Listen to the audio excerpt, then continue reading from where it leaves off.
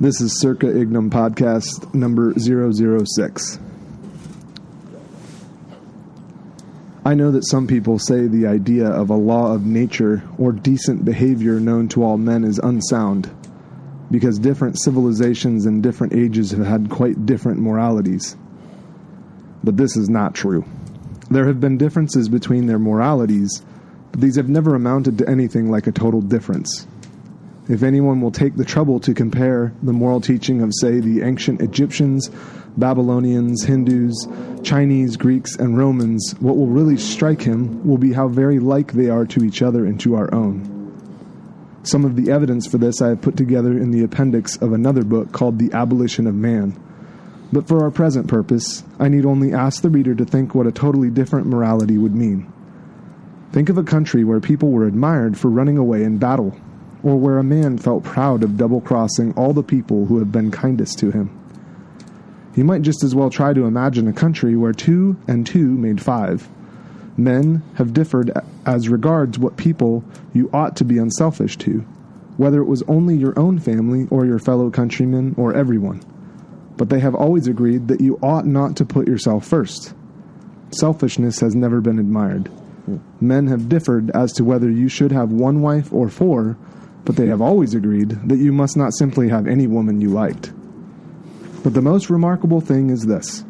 Whenever you find a man who says he does not believe in a real right and wrong, you will find the same man going back on this a moment later. He may break his promise to you, but if you try breaking one to him, he will be complaining, "It's not fair," before you can say Jack Robinson. A nation may say treaties don't matter, but then next minute they spoil their case by saying that the particular treaty they want to break was an unfair one. But if treaties do not matter, and if there is no such thing as right and wrong, in other words, if there is no law of nature, what is the difference between a fair treaty and an unfair one? Have they not let the cat out of the bag and shown that, whatever they say, they really know the law of nature just like anyone else? It seems, then, we are forced to believe in a real right and wrong. People may be sometimes mistaken about them, just as people sometimes get their sums wrong, but they are not a matter of mere taste and opinion any more than the multiplication table. Now, if we are agreed about that, I go on to my next point, which is this. None of us are really keeping the law of nature. If there are any exceptions among you, I apologize to them. They had much better read some other book, for nothing I am going to say concerns them. And now turning to the ordinary human beings who are left, I hope you will not misunderstand what I am going to say. I am not preaching, and heaven knows I do not pretend to be better than anyone else. I am only trying to call attention to a fact, the fact that this year or this month or more likely this very day we have failed to practice ourselves the kind of behavior we accept from other people, or expect, I apologize. There may be all sorts of excuses for us. That time you were so unfair to the children was when you were very tired. That slightly shady business about the money, the one you have almost forgotten, came when you were very hard up, and what you promised to do for old so-and-so and have never done, well, you never would have promised if you had known how frightfully busy you were going to be. And as for your behavior to your wife, or husband, or sister, or brother, if I knew how irritating they could be, I would not wonder at it. And who the dickens am I, anyway? I am just the same. That is to say, I do not succeed in keeping the law of nature very well, and the moment anyone tells me I am not keeping it, there starts up in my mind a string of excuses as long as your arm. The question at the moment is not whether they are good excuses. The point is that they are one more proof of how deeply, whether we like it or not, we believe in the law of nature. If we do not believe in decent behavior, why should we be so anxious to make excuses for not having behaved decently? The truth is, we believe in decency so much we feel the rule of law pressing on us, that we cannot bear to face the fact that we are breaking it, and consequently we try to shift the responsibility. For you notice that it is only for our bad behavior that we find all these explanations. It is only our bad temper that we put down to being tired or worried or hungry. We put our good temper down to ourselves.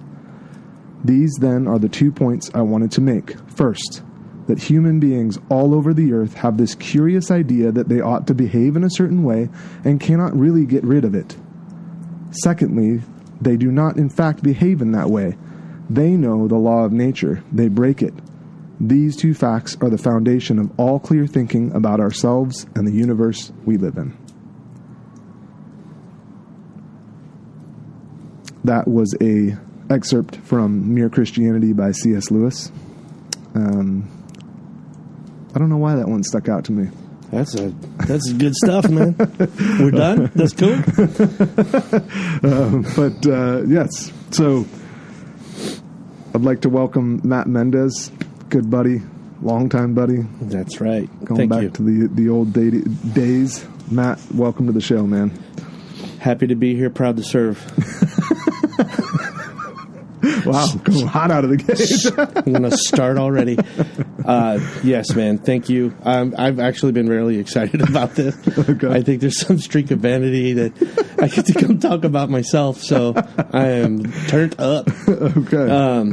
But no, I've been listening to the other ones.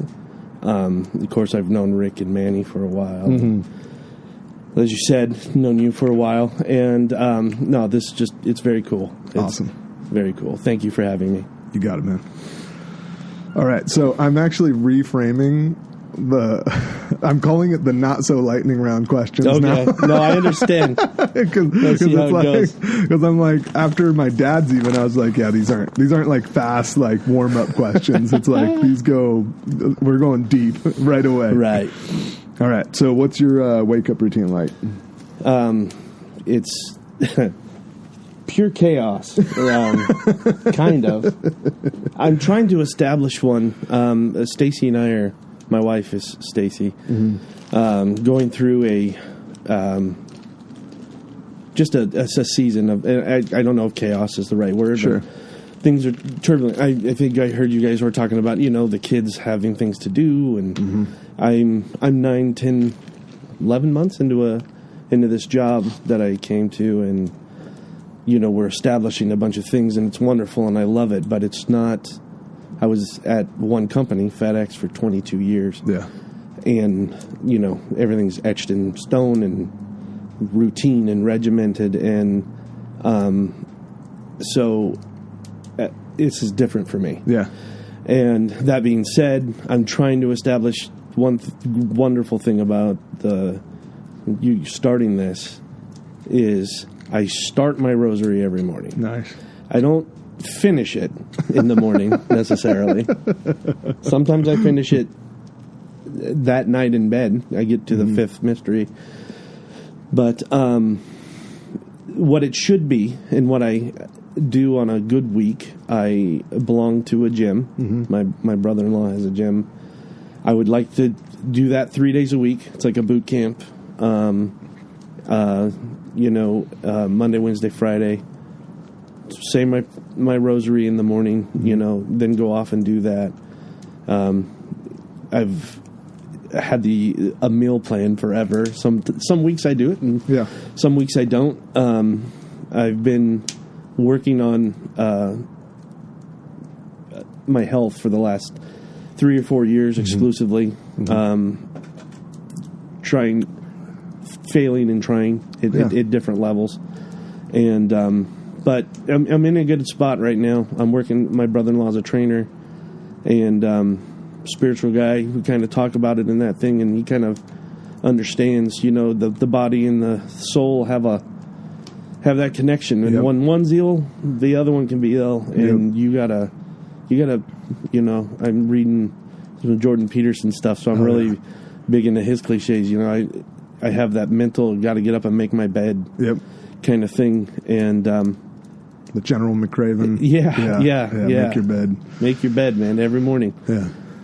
And we're getting some traction. Yeah. So I'm excited because another thing that I'm really excited about with you guys and the podcast and everything. I look forward to posting that and tagging your guys' names, and it's my faith is. There's all these phases of Matt sometimes, where I laugh. I was talking to Stacy the other night. I don't know when I became this cranky old man. Yeah. And I am. Yeah. I am get off my lawn guy now. quit being so loud. I'm like, wow. Like, when did Let me turn the music down so I can see better. Yeah, right. I am that dude. And it's not always like it was. You read that from Mere Christianity. My kids suffered that because I was tired that day, and it's like, oh man, would you talk to somebody? What are you reading this to me for? But it's everybody. It's common, and it's cool focusing on these things with time, and we can't be perfect all the time, but we can try all the time. We can try in every little decision to make the right one, and I'm trying to focus on that more lately. I resonate with that because I think we can all fall prey to that concept of, oh man, that guy's got it dialed, or that so and so, they've got it all figured out. And guess what? I guarantee you that everyone that we're elevating are doing the one step forward, two steps back. Right. They've also just figured out some of the mental tricks and, geometry and gymnastics to figure out how to make sure that maybe that one step is really two steps forward, but then it is two steps back, but at least it's net neutral. Right. Instead of a negative. Yeah. No gains, no losses. That's awesome. Yeah. It was really cool when Stacy shared how that morning routine of rosary has really, because that's the goal, right? Yeah. To me, the whole goal of the whole goal of First Fruits is really creating a community of people, and we already are, but I think being able to share this kind of intimate discussion, long format with other Catholics that may be experiencing similar life experience that you are, and go, okay, I'm not alone. Right. I can call Matt, or I can talk to Matt. Yeah. I can reach out to him and walk through maybe something that resonates with them, whatever it is. Right. Right. Because I'm thoroughly convinced the devil wants us to think that we're all insular, we're all alone. Right. And you'd think with how much access in technology that we have to each other that this would just be a moot point. Yeah. Right. But the reality is that actually creates more to exactly what we started out with, which is everyone looks good and they want to present themselves well. Right. Yeah. They don't want to show the dark side, quote unquote, or the not so pretty or the messy side. Right. But as Catholics, we should be, I think, delicate, right? You don't want to just lay it all out there. Right. But conversely, presenting yourself as put all together, that's not real. Yeah. Right? That is so fake. People see through it. Eventually you're going to figure out this. Yeah. My buddy Noah texted me the other day. He's like, I'm convinced you're a robot. And I was like, nope. Yeah. And it is flattering, and it's nice to hear it when someone will observe that about you, and they'll say something, and they'll be like, hey, and someone at work or something. Yeah. I see you take care of that every day. No one's done that. Yep. Or, you're disciplining an employee or something, and you're in there with other supervisors or whatever, and they're like, you sound like you got your father talk on, first of all, I am old enough to be people's fathers now that work for me, which is sucks. Weird. It's weird. But the other thing is when we get into the conversions stories or reversions for my count, when I was first, really had that St. Paul movement kind of in my soul, and I was absorbing all things, and I'm, the Holy Ghost and I were just dancing all the time, and I understood what perfect contrition was. I understood all of these lofty concepts, and I genuinely could, every once in a while, you look at another person and you care about them in that sense that God wants you to. And I'm not saying I was that way all the time or anything like that, but I can feel that still in those moments when someone's having a hard time and you're talking to them. And I'm sorry, guys, two things. I always sound like I'm about to cry. and I have a bit of a head cold. So I probably am about to cry because I'm very emotional. But so what you're saying is you're not emotional? I'm not emotional. It's the allergies? Yeah. Give me a minute and tell a better story to cry to. But you see someone suffering, and my first instinct is, how can I help? Well, no, my first instinct is cast a judgment. Oh, gotcha. Yeah. How's this guy get in this situation? Will you please not stand in front of my car? Yeah. And it was almost immediately I'll get this, that Mother Teresa started seeing Jesus everywhere on the street, right? And not that I saw Christ, but I was like, oh man, here I go. That could have been me. Mm-hmm. That could be one of my kids. Yeah. But regardless, even all of that, that's someone the Lord cares about. Yep. And,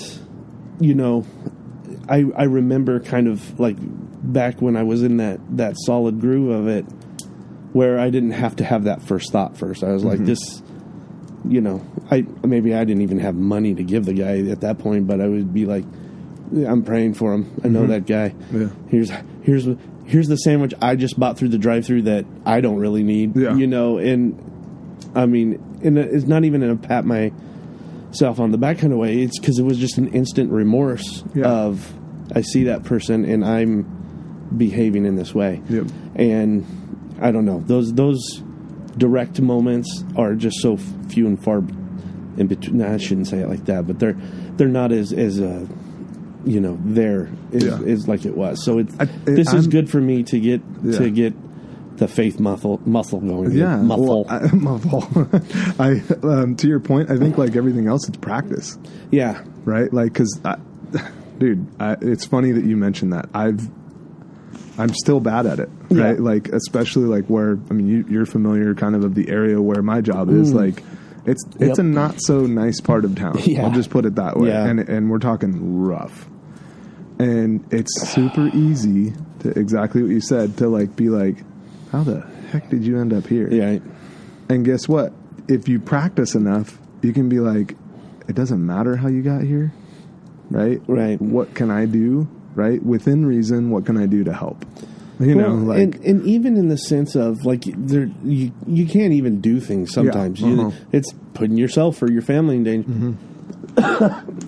But just to think of that other human being as a human being, or to consider that person as someone else's son or daughter, and it's like because they are, and and you hope that you could be like that. I don't know. I sound too little arrogant sometimes there in that kind of thing, but I think if we had that lens, at least, in our pocket every once in a while when we put it on, the world would be a nicer place. Yeah. Because I think, especially nowadays, we draw a line and you're on this side or that side, and that depends on what that side is how I'm going to treat you. Yeah, the humanity in us doesn't have sides, and it shouldn't. Yeah. Like at least a grace-filled humanity, of like, hey, it doesn't matter. I think I forget what I was reading recently. It was on suffering. And something, it was Salvici Dolores by Pope JP too. Okay. And one of the lines he talks about in there, got my heart rate up, man. We're talking good stuff here. sorry. That's all right. Shut the watch off. I won't drag this out because this is about you. But it was a cool line in terms of the unseen suffering often is greater than the seen suffering. Right. And it was like, right? Like when we live in such a affluent country like ours, the unseen poor, right? The unseen affliction, the unseen suffering that exists in our culture, like in the American culture, North American culture, versus the, let's just say, people that in second and third world countries that look by all appearances like they don't have much, and yet the joy that they have, they're richer than we are. They're way richer than we are, right? And so like it really struck me, like he was making this juxtaposition of before, exactly back to what you're saying, before we look at another person, like, where am I poor? Where am I suffering, right? Yeah. And typically it's self-inflicted suffering. It's not, God-given suffering to draw us up and build us up. It's my sin, right? Like my vice, my whatever, it is, or it is God, allowed suffering in order to stretch us. But it's typically stuff that it's far worse than maybe not having as much money to go around, right? Right. Or things to go around, Suffering is like the iceberg effect. You see the top and you're like, how can anything? Yep. How do we deal with that? If you went under the water and saw how big it really was, you're like, oh crap! I'll stick to the top. Yeah. I'm good with that. Above the water. Yeah. It's like that's a sensible. yeah. I mean, it's if nuts. That's a word. I knew what you meant. I don't know if it's a word or not. Can be now. All right. So morning routine. Are you yeah, that's pretty much it. Yeah. Okay. Yeah. Awesome. First tangent, first question. Yeah, I love there we go. All right. So I love what this one's yielding. How many times have you been pulled over or interacted with the police? Man, it can be multiple or it can be a doozy of a one. I don't care which route you want to go. Okay. Well, I'll give you a little of both. Okay. Grew up in a small town. So a small town police force. And most of them were my fault. Some of them were because of a reputation I built. But my whole life, I'm sure it's been more than a dozen. Yeah. One of them really big, a really big one. I was in high school, and there was a group of us. There was 4 of us. And we always just cruising Blackstone was the thing back then. Yeah. And we stopped. I saw my buddies. I was in my truck alone. I was partying. Had too much to drink. I shouldn't have been driving. Mm-hmm. And I saw my buddies at the pool hall that we went to, or they were on Blackstone, and they said, "Hey, let's go to the pool hall." And I followed them over there. I was in the parking lot with them, and I was just kind of went nuts, and I broke a windshield of a car. Yeah. Turns out to be the owner of the pool hall. Oops. So, yeah. That goes over well. Yeah. No, I could be honest, I remember all of that. I remember them coming out and then calling the police. Mm-hmm. My buddies, I think, called my parents, and my parents came, and they're just like, what got into you? Yeah. And I don't really know. I mean, okay. You don't remember what prompted the just losing it? I mean, we were goofy kids, and in high school, I remember I kind of felt out of place. I mean, there was the 4 of us hung out, but I felt like kind of a loner. I was kind of, I guess, with teenage depression, and which FYI probably wasn't getting acknowledged at that point. No, I mean, my parents were great. My brothers and sisters were great. But my little sister and I were real close. My older brother and sister, they were all in, older, graduated college. Sure. And way removed. Yeah. And we were, we grew up out in the sticks, and we were out in the river, and we did slingshots, and we had guns, and and that kind of stuff, and we would shoot bottles and shoot. There'd be abandoned stolen cars and stuff, and we would shoot them with the slingshots and stuff like that. And then I don't remember what level of angst I was at. I don't know if I fought with my girlfriend or something like that, and I saw them, and it was kind of remember Old School, the movie. And all of a sudden, Will Ferrell's like, "Let's go streaking." Yes. Thank God I didn't go streaking. Yeah. But but it was pretty close to that. It was kind of like that. Yeah. What is wrong with Matt? Lost your mind. Yeah. And so they called the police, and the police came down, and my parents came, talked to the owner. The owner was super nice, and he's like, "Oh yeah, people do it all the time." Oh jeez. My dad paid for that windshield, and I think I went home, and my mom was incredibly sad, and my brothers are, just like, what's wrong with you? And, and really helped, I was help the self-esteem. My self-esteem. I'm not blaming that on them, but I'm just saying, like, I don't know why I did it. I just kind of acted out, and thank God I had the family I did, because if I got hauled off to jail or something that night, that would have been horrible. I did have a court date, and I remember, and I went to some actually like 12-step meetings. Oh, interesting. Because of that. Okay. And I actually met some people that helped me navigate through life. That's because awesome. of that. Talking about suffering and being something out of your control, and I was a goofy teenager, immature, and didn't feel like I fit in any place, and those people loved having you around. That's so cool.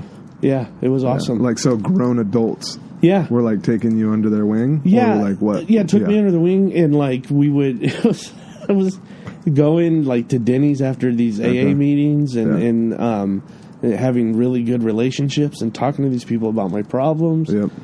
And it was like, this is, wow. These like, I'm like, people are judging these guys, because they don't have their lives together or whatever. I'm like, these are the most put together people I've ever met. Yeah. Emotionally mature, talking to each other, and I owe them my life, I think, in a sense of how to navigate, relationships, and especially at like a pivotal moment. Yeah. What was this like sophomore, junior year? Because you were driving. I was driving. I think it was my junior year. Okay. Yeah. So, and then everything after that's been like a speeding ticket or something. So there you go. So when you showed there you go, Stacy. Hope that one wasn't too spicy for the podcast. Be honest, I don't even know if she knows that story. So showing up to the court date, like, was it just basically saying, yes, I'm guilty, I broke the window, like that type of stuff, or what was the? My parents were pretty smart, and probably dealt with similar things before in their lives. I don't know. Okay. Because they were like, okay, this is what you're going to do. They may have talked to a lawyer too. Okay. And he's like, have them go to these things, have them do this. Gotcha. And blah, this blah, will blah, go blah. over well with the judge, right? Like in terms of, so the judge reprimanded me to like say a social worker, and then we came with this file of paper of everything that he was going to have me do, and he's like, okay, you've already done it. And nice. So yeah, like I said, I have great family, and that's, it might have been through the support group that I was with said this is what you need to do. Yeah, they may have been coaching you through, hey, this is the best way to navigate. I can't really remember. It was a very long time ago. As memory will do. Yeah. And I'm sure I'm leaving some good details out, but that's probably on purpose. So. No, I like it. That's always it's fascinating to me. I like that question more from the standpoint of, it is a good one. Yeah, because I've had to kind of rack my brain. I've got a number of ones, so that it'll be fun to share. Yeah. And a couple of them are doozies, I'll be honest with you, but or at least in my mind, they're doozies. But it's also telling in terms of, I feel like the way that we interact, right, like with our legal system, so to speak. It's telling in terms of, maybe like when we're young, we're not as respectful, right? Oh, yeah. But often there are like what you just shared, where there's like this pivotal moment of it can go one of two ways. It's really black and white. Yeah. Either it starts you on this trajectory of F off, right? Right. To the legal system, which is not a good route, right? Or it's okay, I screwed up, I need to make amends. And then when you grow up, to what you said about the AA group, all these other people had kind of already gone through it, right, at whatever stage, and they're kind of going, hey, here's how to like kind of work through emotionally, how not to respond in situations, right, or how to work through your own emotions before, like reacting or responding. So yeah, definitely. All right. What is your greatest accomplishment to date? I took notes on this because I said earlier. For the listener, he's got a dossier that he's holding up. Wrinkle that thing. Wrinkle that thing. All right. It's 6 pages double-sided. Double-sided. Double-sided. Small print. You need your spectacles over there? I do, sadly enough.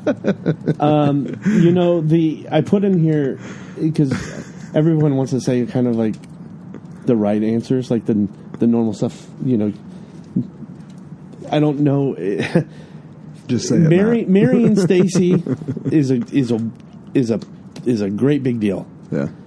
But I think my accomplishment in that is getting her to marry me. True. Is probably what it is. Convincing her. Yes. Convincing her that this is going to be a worthwhile idea. But so that there, and the kids, I mean, is that an accomplishment? All 5 of my children speaking to me right now, and engaged, and we love each other, and being that family, it's pretty cool right now, because it's hard to do. Mm-hmm. It's hard to maintain. What's the age range? 25 to almost 8. He's 7. So, but the older 2 are adults, and they're going to school and have had different lives than the younger 3, and I love them so much, and I'm so proud of them, and I'm just that's them in my life is wonderful. And I think as far as accomplishment goes, and it's still really not much that I did as much as cooperating with Grace, is understanding that suffering is a necessary part of life, and not fighting against that, trying to live. Yeah. You're not going to be free of those things, of a lot of those things, and you got to trust. You have to have faith that you're going to get through it, or it's going to last a while, but it's not the end of everything. Yeah. And so that in the last few years, I think it's something I learned, it's something I realized, and now it's more of something I live. So that's beautiful, man. Thank you. Yeah, that's really beautiful. I thought about it right now. So. That's why we have. I'm telling you, fire and conversation. I was promised a campfire and whiskey, and I have both, and it's working well. And a pipe, dude. And a pipe. My wife bought me that pipe. I love that pipe. I think what's awesome about what you said is there's a again, working through that document, there's it's cool that we're having this conversation. Yeah. And that's resonating, and it's kind of a thread here. All the light that you cannot see, it's that. There's a show and a book. Is that on Netflix? Yeah, it's on Netflix. And it was one of those shows that Jamie was like, hey, let's do this, let's watch this. And I was kind of like, I don't know if this is my thing, Right. And then, and strangely enough, is there guns? Is there guns in it? Yeah, that's exactly, you nailed it, man. It was like, is there enough, firepower in this for me to stay awake, essentially? And and there is. It's a fantastic show, and this is one of the few ones it's a book that's been moved to screen, right? And I haven't read the book before watching.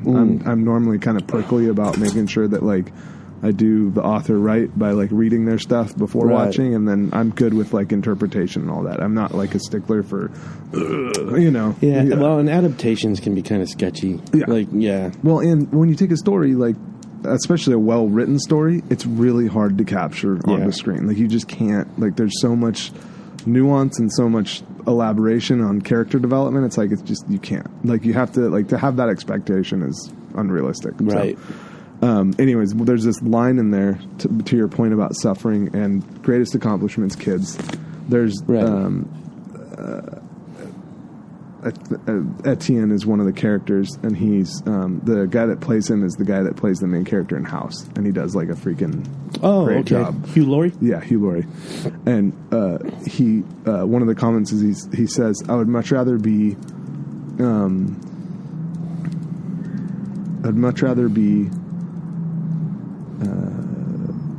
dang it, it's slipping my mind. It's something to the effect of I'd much rather be dead than alive and dead. Oh, yeah. Okay.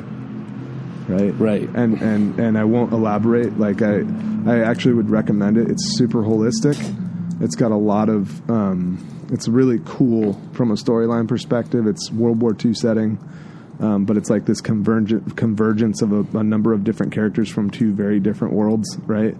And it's a mini series. It's only like 4 1-hour episodes that you can bang out, over however long you can. But like that one line was like, oh, that's epic in terms of like that we can either choose, right? With his backstory, it will make sense. But we can either choose to live dead, right, or be alive, right, and or be dead and alive, right? So like alive, but just kind of going through the motions.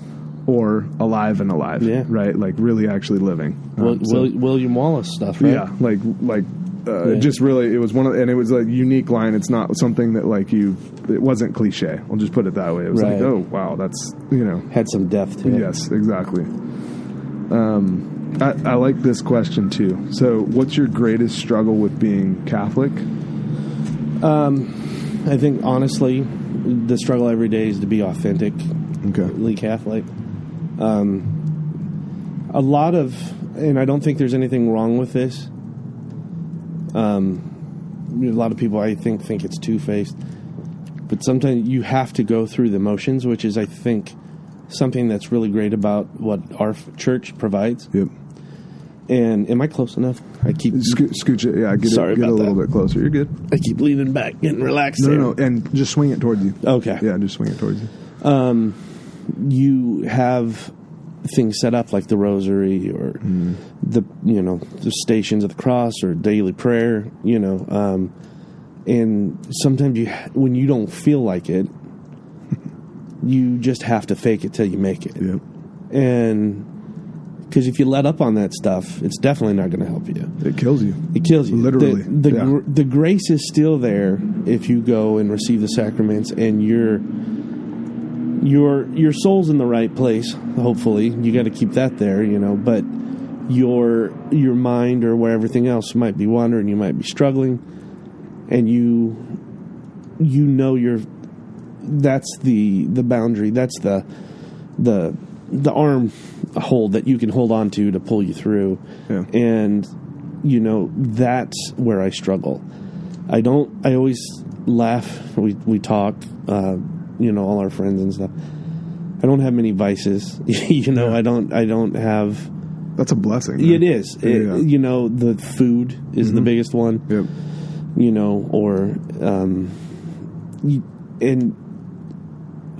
You're right. It is a blessing. What a wonderful. Every problem I have is a first world problem. And I have a wonderful family and friends and support system, and everything I can complain about is really just dwarfed if you just stop for a second and put things in perspective. Yep.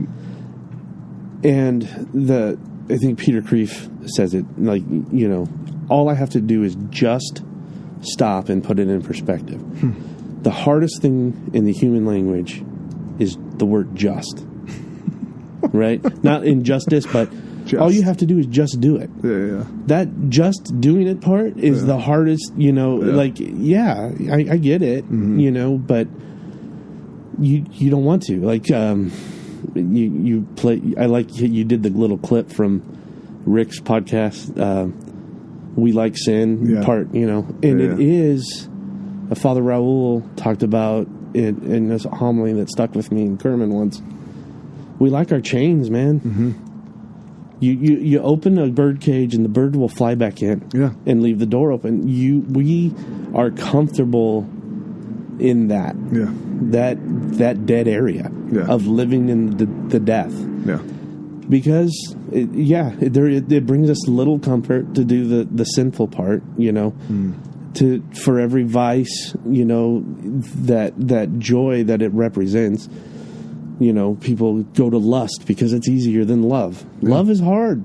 Yeah. Making decisions in love is hard. Yeah. You have to sacrifice and you have to suffer for someone else, Yeah. for their, and they might not even know for it. their betterment. And For their they might, betterment. and most of the time they don't know it. Most of the time they don't know it. They're not going to acknowledge that you did it, Yep. and then they step on you or something, and you're like, I just did all the Okay. dag nabbit. Yeah. And that's the word I use, dag nabbit. But to your point, like it's exactly the model of take up your cross, Right. Exactly what Jesus tells Yeah. us. It's like the whole point in marriage is that he didn't make that like groan. Hey, you said marriage. I didn't say that. Anything to do. I'm sorry.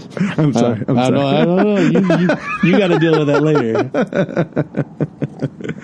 I'm sorry. I'll stop. I'm sorry. What's cool? So to your point about we like our chains. Yeah. Han talked about this recently on Pints for Aquinas or Pints with Aquinas. Oh yeah, I love it. I love this. He was talking about how Catholics legitimately are in exile now. A lot of this, Right. like, and it goes with like, come on, Cardinal Chaput and some of his writing on Strangers in a Strange Land. Right, that's his book on like Catholicism in the U.S. as Right. it exists. Anyways, his comment was really historically when you look at the Jews, like Old Testament, that time period when they were in exile after Egypt, going right. trying to arrive at the Promised Land, is really from a historical timeline standpoint only about 5% of what we know, like from a historical standpoint of their timeline. The 40 years in the desert. Yes. Right? Okay. But there was more there was more exile because it wasn't just that because then the Babylonians. Yes, right. So yeah. he's compressing all of the time that they're in exile. But he said that, like, I forget what the percentage all the is. time out of the country. Yes. Yeah. But Okay. But it's funny because in Han classic biblical, Right. takes like super lofty and brings it down to like guys like you and I. Right. He goes, but like basically a large percentage of Old Testament is talking about exile. Mm-hmm. And his whole point is God didn't do that by accident in Scripture. His point is the Jews always were going, but it was better in Egypt. Yeah. It was so much better when we had all like. What did Father Michael say? If we had radishes. Do you remember the radishes? We had radishes. We had bell peppers. Gosh. But I, like to your point, like we like our chains, man. Yeah. It brings us comfort. We're familial, Yeah. But, anything else on that? what was the question? I think your greatest struggle. Yeah, Not I think. I mean, yes, yeah, it was your greatest struggle. That's pretty much it. It'd be authentic, to be sincere. Yeah.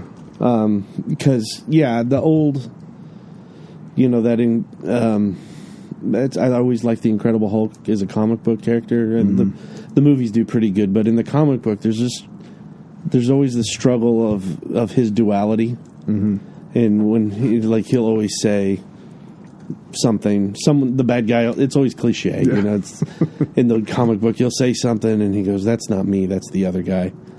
And I feel like I have that moment with myself a lot of time, like, ooh man, like I can feel the other guy knocking, like, hey, we're not praying this morning, right? We're gonna hit the drive-through and then we're gonna mess some stuff up, right? We're going to give that guy that what for today. We're going to talk to that guy today like you know what you want to say, but you always be polite. Why don't you say what you want, and it's like, no, I don't. So I have a question for you because growing up, I didn't have access to comic books. Uh-huh. I actually am kind of thankful of that because I probably would have turned out a very different kid. What are you saying? No. That's not a terrible reflection. I'm saying just knowing my personality, it would have, now seeing my own like ticks in Declan and Liam and some of the boys, it's like, ooh, you know, like even tonight he's sitting there like he's on the computer and he's doing this and I'm like, what are you doing? And he's like, Dad, the Indiana Jones Lego set that has when he the swordsman. Oh, right. And then he shoots him. He's like, that Lego set's only $35. That's right. And I'm like, buddy, are you for real right now? It was $59. Exactly. Yeah. Like he's already doing the math. I'm like, really? Yeah. No. there was something else. You were going to ask me a question about comic books or something. No, oh yeah. So there's a line in Mark Ruffalo says it in one of the movies where he says, one of the other, I think it was one of the Avengers goes, when's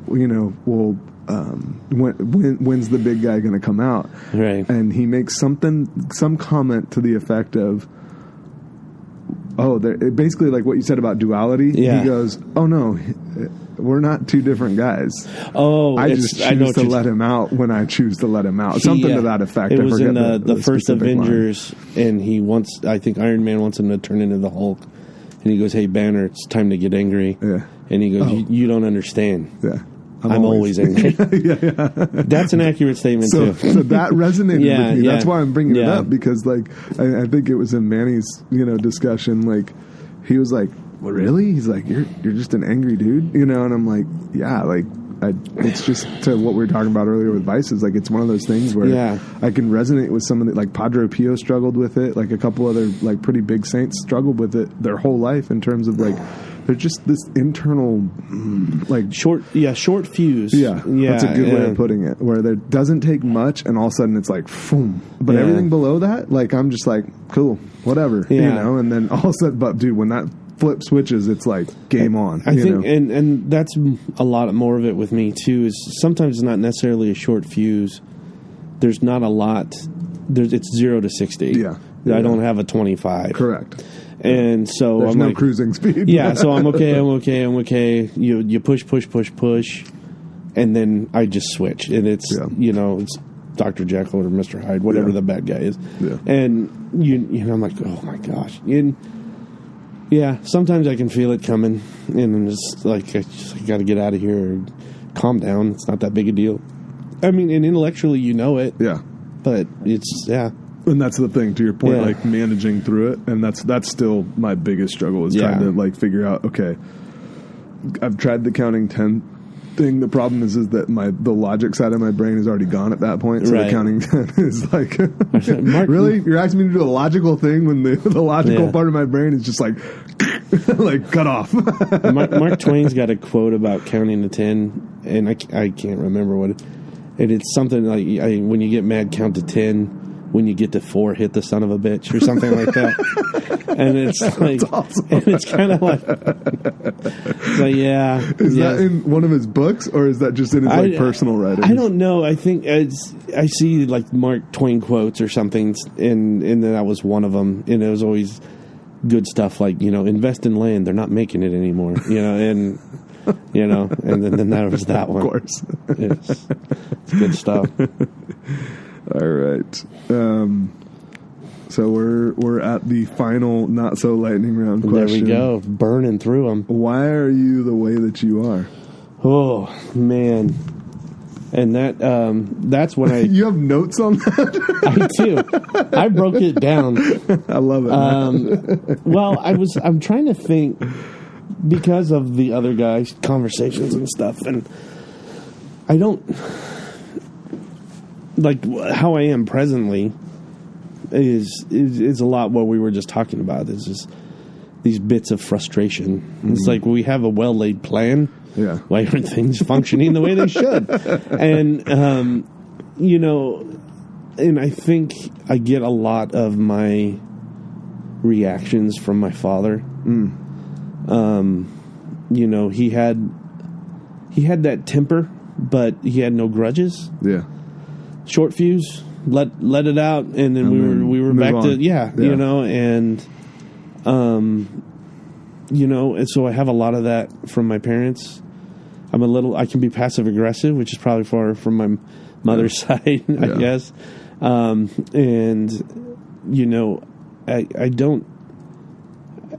think I am molded between that and just a touch.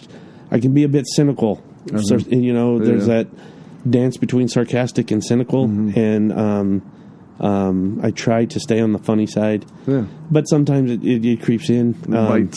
It bites, and I can, when I'm really mad, it's not angry and yelling. It's just kind of mean. Yeah. Mean-spirited. And, I don't. Are you one of these guys that you'll write an email 18 times? Oh yeah. Delete it. Mm-hmm.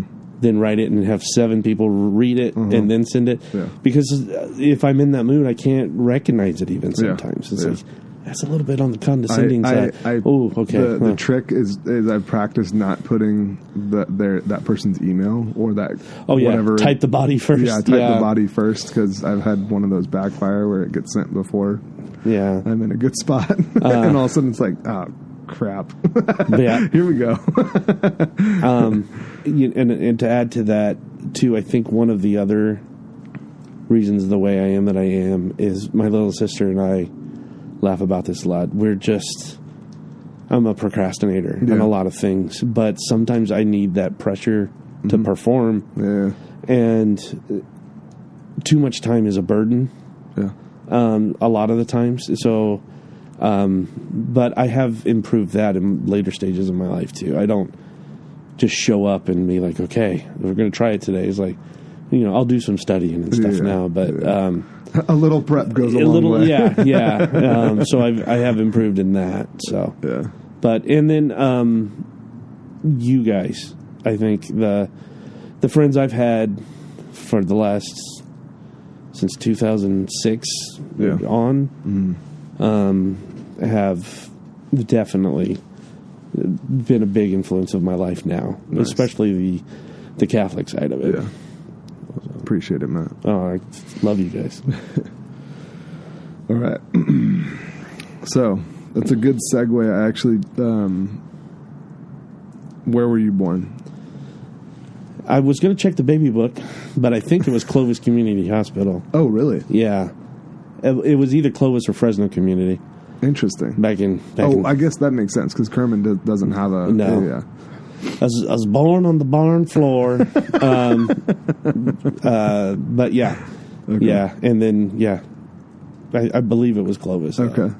And then Kerman, grew up in Kerman? Grew up in Kerman my whole life. Okay. Moved back into town a little bit older, and then when my big kids were old enough to go to school, we had moved back to Kerman because my parents were out there and they could ride the bus home and that kind of thing. Gotcha. And you mentioned it. Is it 3 other siblings? You're one of 4? I'm one of 5. One of 5. So I have an older sister, 2 older brothers, and then me, and then my younger sister. Okay. Awesome. One of 5. So you're number 4. I am number 4. Okay. So what was that like? It was cool. I have a great family. Probably similar experiences that you had. Grew up on a farm in the, kind of in the middle of, well, I mean, we were Kerman adjacent. We were a couple of miles out of town. Sure. But Kerman back then was a pretty small town. Mm-hmm. It was less than 5,000 people, I think. Okay. There was less than 100 people in my graduating class, and maybe right around 100. That's awesome. We were out in the country. I took it for granted, as a kid probably does. Yeah. My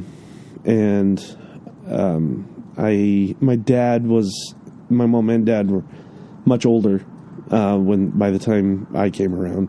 There's 9 years between me and my next brother. Okay. And then 11 years to the brother after that, and then 12 or 13 years to the oldest. So it was like three pretty close in age. Yeah. And then you and your younger sister. Oddly enough, pretty much it mirrors what I've got with my kids. Oh. But mom and dad did it together. I did it with 2 marriages. So we'll get into that later. Yeah. It's not quite the same, but the age gaps are kind of the same. Similar. Okay. So my older sister, was like 16 when we were toddlers. Gotcha. My older brother Mike, who I'm probably the closest to, was one. My dad worked, and we played golf and played catch and stuff too. But my brother was more of the physical aspect of big brother fatherhood kind of stuff. It put my toys together on Christmas and all that kind of stuff. Gotcha. But that, needless to say, I mean, my dad was a great father. It was just, the dynamics were different because of the age, I think, and that kind of stuff. Mm-hmm. Okay. So what, like, in terms of what are a couple stories or like moments that you can remember, you know, from like your childhood that kind of stand out to you? No, with those dynamics or unrelated to those dynamics, I guess. It's kind of funny when I think about it, like, you know, Stacy, it was like her mom and her nephew and her, you know, they were kind of that was the three of them. That was their family. Yeah. And then it was weird for me in that sense, and probably a lot weirder for her, you know, when you come to my family and there's 5 kids and every one of them has at least 2 kids. Yeah. And then there's mom and dad, and then, you know, we got, you know, my niece Chelsea, and like there's a ton of us. You know, Sunday brunch is a birthday party. I mean, it's just full of people crew. And it's huge. And so that's one of the fondest memories is, I mean, my grandma and grandpa lived in Madeira on my mom's side. Okay. My dad's parents were already passed away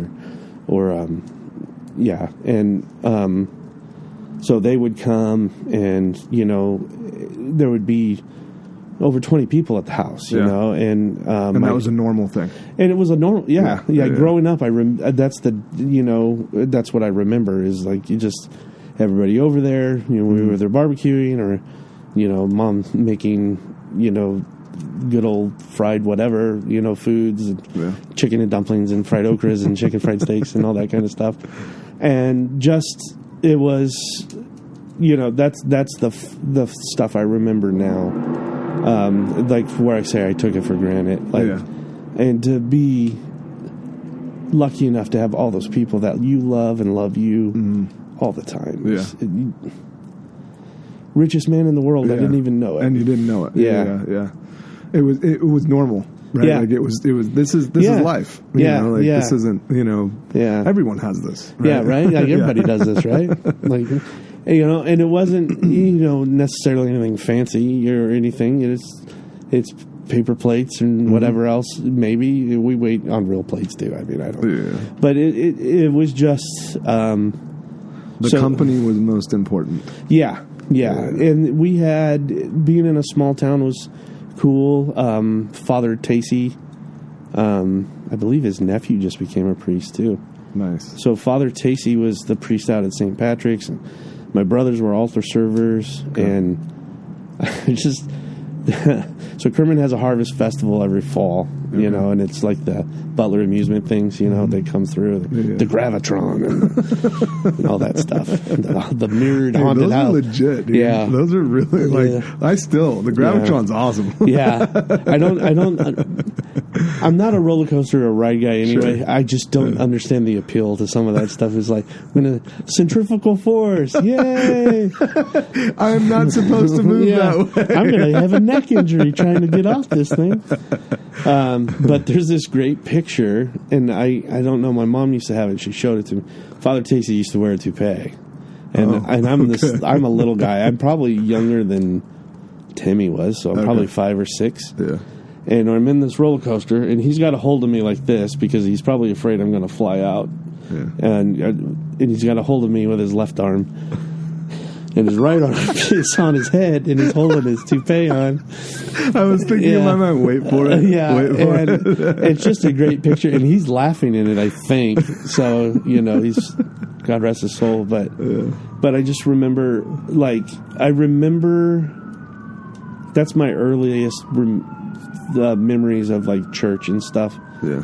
My dad didn't go to church a lot, but my mom was there. Her and my godmother used to volunteer to clean the church, and we'd walk in.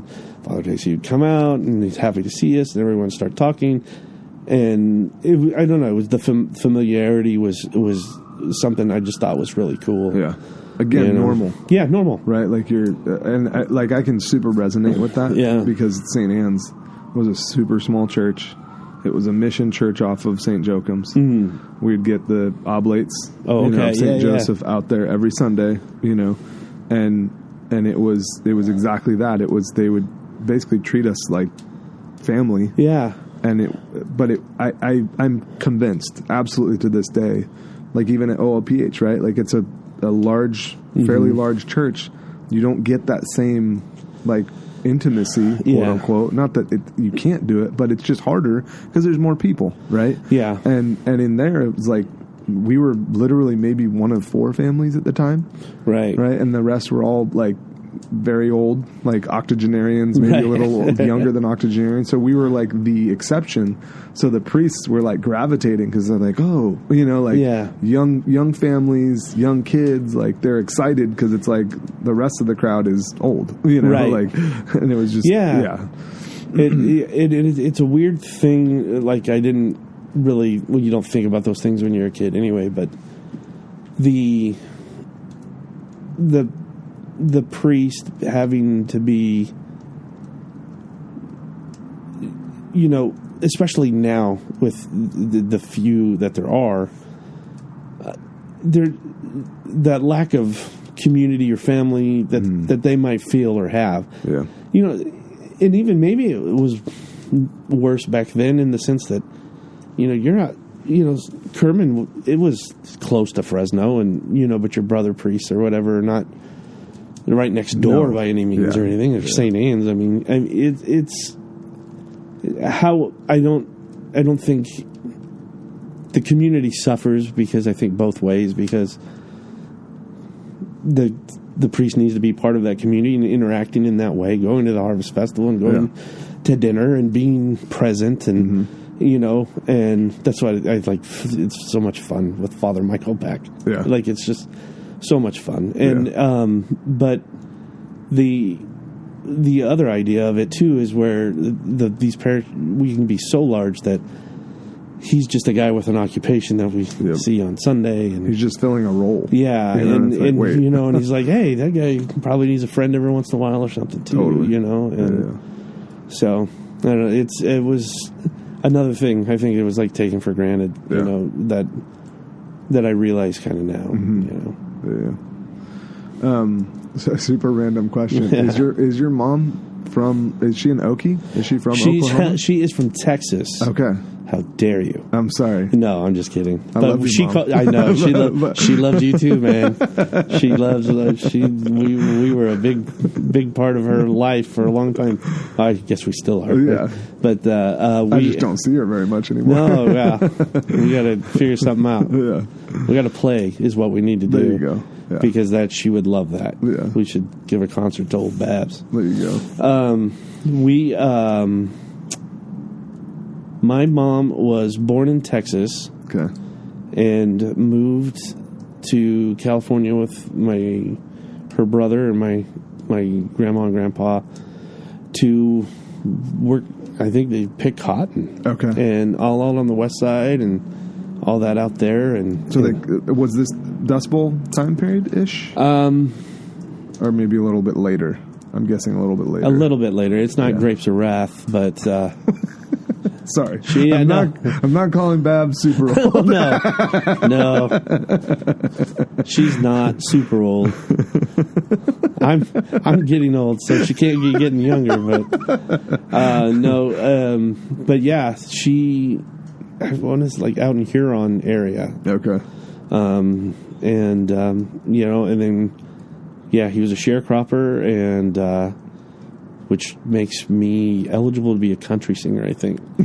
He either had to be a sharecropper or work in a coal mine, which that might have been my uncle's. Or work in oil fields. Yeah, work in the oil field. So he kind of traveled around and then got working for some outfits, like farming outfits, and then the chemical stuff, and kind of got established. And, okay. So, yeah. I was wondering, because like when you said... Dickens County, East Texas, I believe. Okay. Oh, wow. Yeah. Okay, so closer to, like... The El Paso... Yeah. Is that El Paso side? Yeah, El Paso. I apologize. No. My family listens to this. They probably know. No, you're good. I'm not... we don't need to do a deep dive. I was just interested because you said fried okra and I'm like, okay, that's south. Yeah, no, it basically was. Which is kind of more the Houston, East Texas side too, but I laugh because I love that food. And my uncle, so you said Oklahoma, my uncle lives there. He moved back to Texas and then moved north to Oklahoma, and he started a company there. Okay. And what kind of company? It was in land movement and construction. Oh, nice. Okay. And my grandfather passed away, and my grandmother moved back to be next to him and his family. And before my grandmother passed away, we went in consecutive years to go visit. And it's kind of like, remember when we went to Atlanta? Oh, yeah. And we ate at that... how could I forget, dude? Oh, my gosh, dude. But that home-style restaurant. Oh, dude. And they brought just baskets of grits and fried okra and everything. I would be freaking Michelin, man, if I lived out there. Macaroni and cheese on the vegetables. On the vegetable part of the menu. And it's just like... so it was like that. When we would go visit, we went to this cafe, and I go, Mama, they got fried okra on the menu. And like, we were there for a week. I think we ate there every day. Yeah. And so, so I love that food. Okay. Apparently. Awesome. Sorry. Well, no, not sorry. No. That's the fun stuff. I was trying to remember if we had that, and I was like, I don't think I know this about your mom. Well, it's yeah. I don't know the years. I know she was pretty young when they moved out. Yeah. So we've talked about your mom. Talk a little bit more about your dad. What was he like? Oh, my dad. No, now I'm going to cry. My dad was first generation born here from the Azores, Portugal. Mm-hmm. So he came over here, had 2 sisters. He had an older brother that passed away before he was born. Died very young, I think like 2 years old. Okay. And my grandfather was a dairy farmer. My grandmother was at home. And my dad was my grandfather's workforce, gotcha. Basically how it worked back then, I think. And so he didn't talk to me about his childhood much. I think he talked maybe more to my brothers and my mom, and because of just age difference. Yeah, age difference, and it wasn't always that pleasant. I think for him. And anyway, that's how my brother and my mom kind of say, well, it was rough for him, Yeah. And even to that. A different time, and even to that, my brothers had a very different upbringing than I did. Mm-hmm. Being 10 years apart too. So, he's a wonderful man, and I think they would say so too. But, I think I got a much kinder, gentler version, which maybe my kids would say the same thing. Mm-hmm. I'm not gentler. I'm just tired. I'm just more tired. Yeah. You just get away with more because I'm tired. But law of nature, Matt. Yeah, law of nature. That's right. But anyway, my dad I believe he was drafted around the time of Korea. Okay. He went to Boulder, Colorado for boot camp. Okay. And my grandfather died on the farm. The tractor flipped over on top of him. Ooh. It was pretty gruesome, I guess. And they said, Private Mendes, pack your stuff. Your dad's dead. Go home. So they told him. Yeah. It wasn't any sort of softening of it or whatever. I think I remember having that conversation with my dad when I was younger and we were changing water. I was riding in the pickup with him.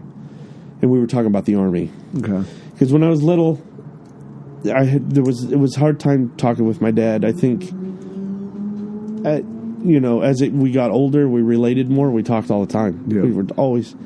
But when I was little, I either talked about baseball or World War II. Gotcha. And so... And he wasn't having anything in World War II. No. Well, he just read it. He was well read on it. Gotcha. He, like the movie Patton. Yeah. He read The Desert Fox, which the book about the tank war. Rommel in Northern Africa, yeah. And so he, and we had all these books with old baseball pictures in it, and you would tell me about this guy, and that guy told me the story about his you didn't waste money, growing up in that thing, and he bought a pack of baseball cards for a nickel or something. Had a Mickey Mantle card. Oh, shoot. And that grandma threw away because how dare you waste your money. Oh, my God. Wait, they threw away a nickel worth of cards? Yeah. Well, a nickel was at least 28 cents back then. Well, no, I know. Maybe more now. No, I know. I don't know what Probably it was. like $1. I'm sure I'm exaggerating, but I mean, and I can't even remember if Mickey Mantle would be the right. Well, yeah, that'd be the 50s. Then you'd be, No, that would be accurate. Yeah, he goes, I am pretty sure I had a Mickey Mantle, and they threw it out. So I'm like, oh. Like, son of a... So, anyway, I remember we were talking about World War II, talking about the Army in his truck, and I asked him, did they tell you that, Vavo, that's Grandpa, died before you came home? And he goes, yeah, they told me, pack my things, my dad was dead. And I'm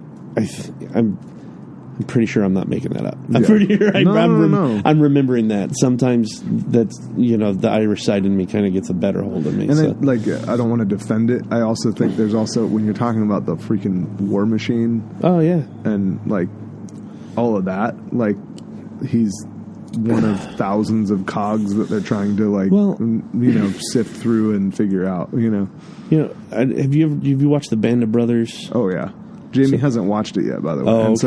So she's already super interested because she's just like, oh, and I'm like, it's so good. Yeah, Stacy and I just finished it. Okay. I watched it a long time ago, and I have too. I've watched it I think 2 or 3 times, and it's just great. Yeah, everybody I'm not going to get political, but what's going on in the world right now? Yeah, watch these guys discover a concentration camp. Mm-hmm. But also, it's pretty insane. The cool thing, and this is super based off memory, and the last time I watched it had to be at least 8 years ago, maybe more than that. But it's also, you see all these different personalities, all these different walks of life, right? And these guys band together, and they literally have each other's backs. They do not. And there are a lot of internal spats. That's what I love. There's a lot of internal fighting, but they figure it out because they realize I need you and you need me, and we can't be at odds. Because there's the one to what you're talking about. We were just thinking about this one too, and I'll go back to my original point. It's okay. They always visit right around this time. There you go. That guy's been looking for me all night. Yeah. The guy who got hurt dropping into Normandy. Okay.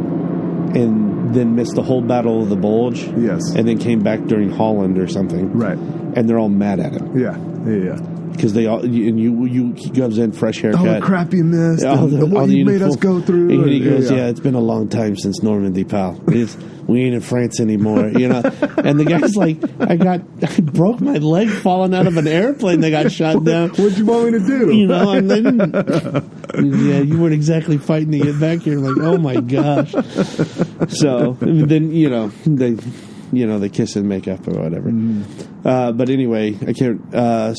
My dad came back from boot camp to the ranch, to the farm. My 2 aunts and my grandmother, and hey, 18-year-old guy, you're in charge of the world now. Yeah. And did it.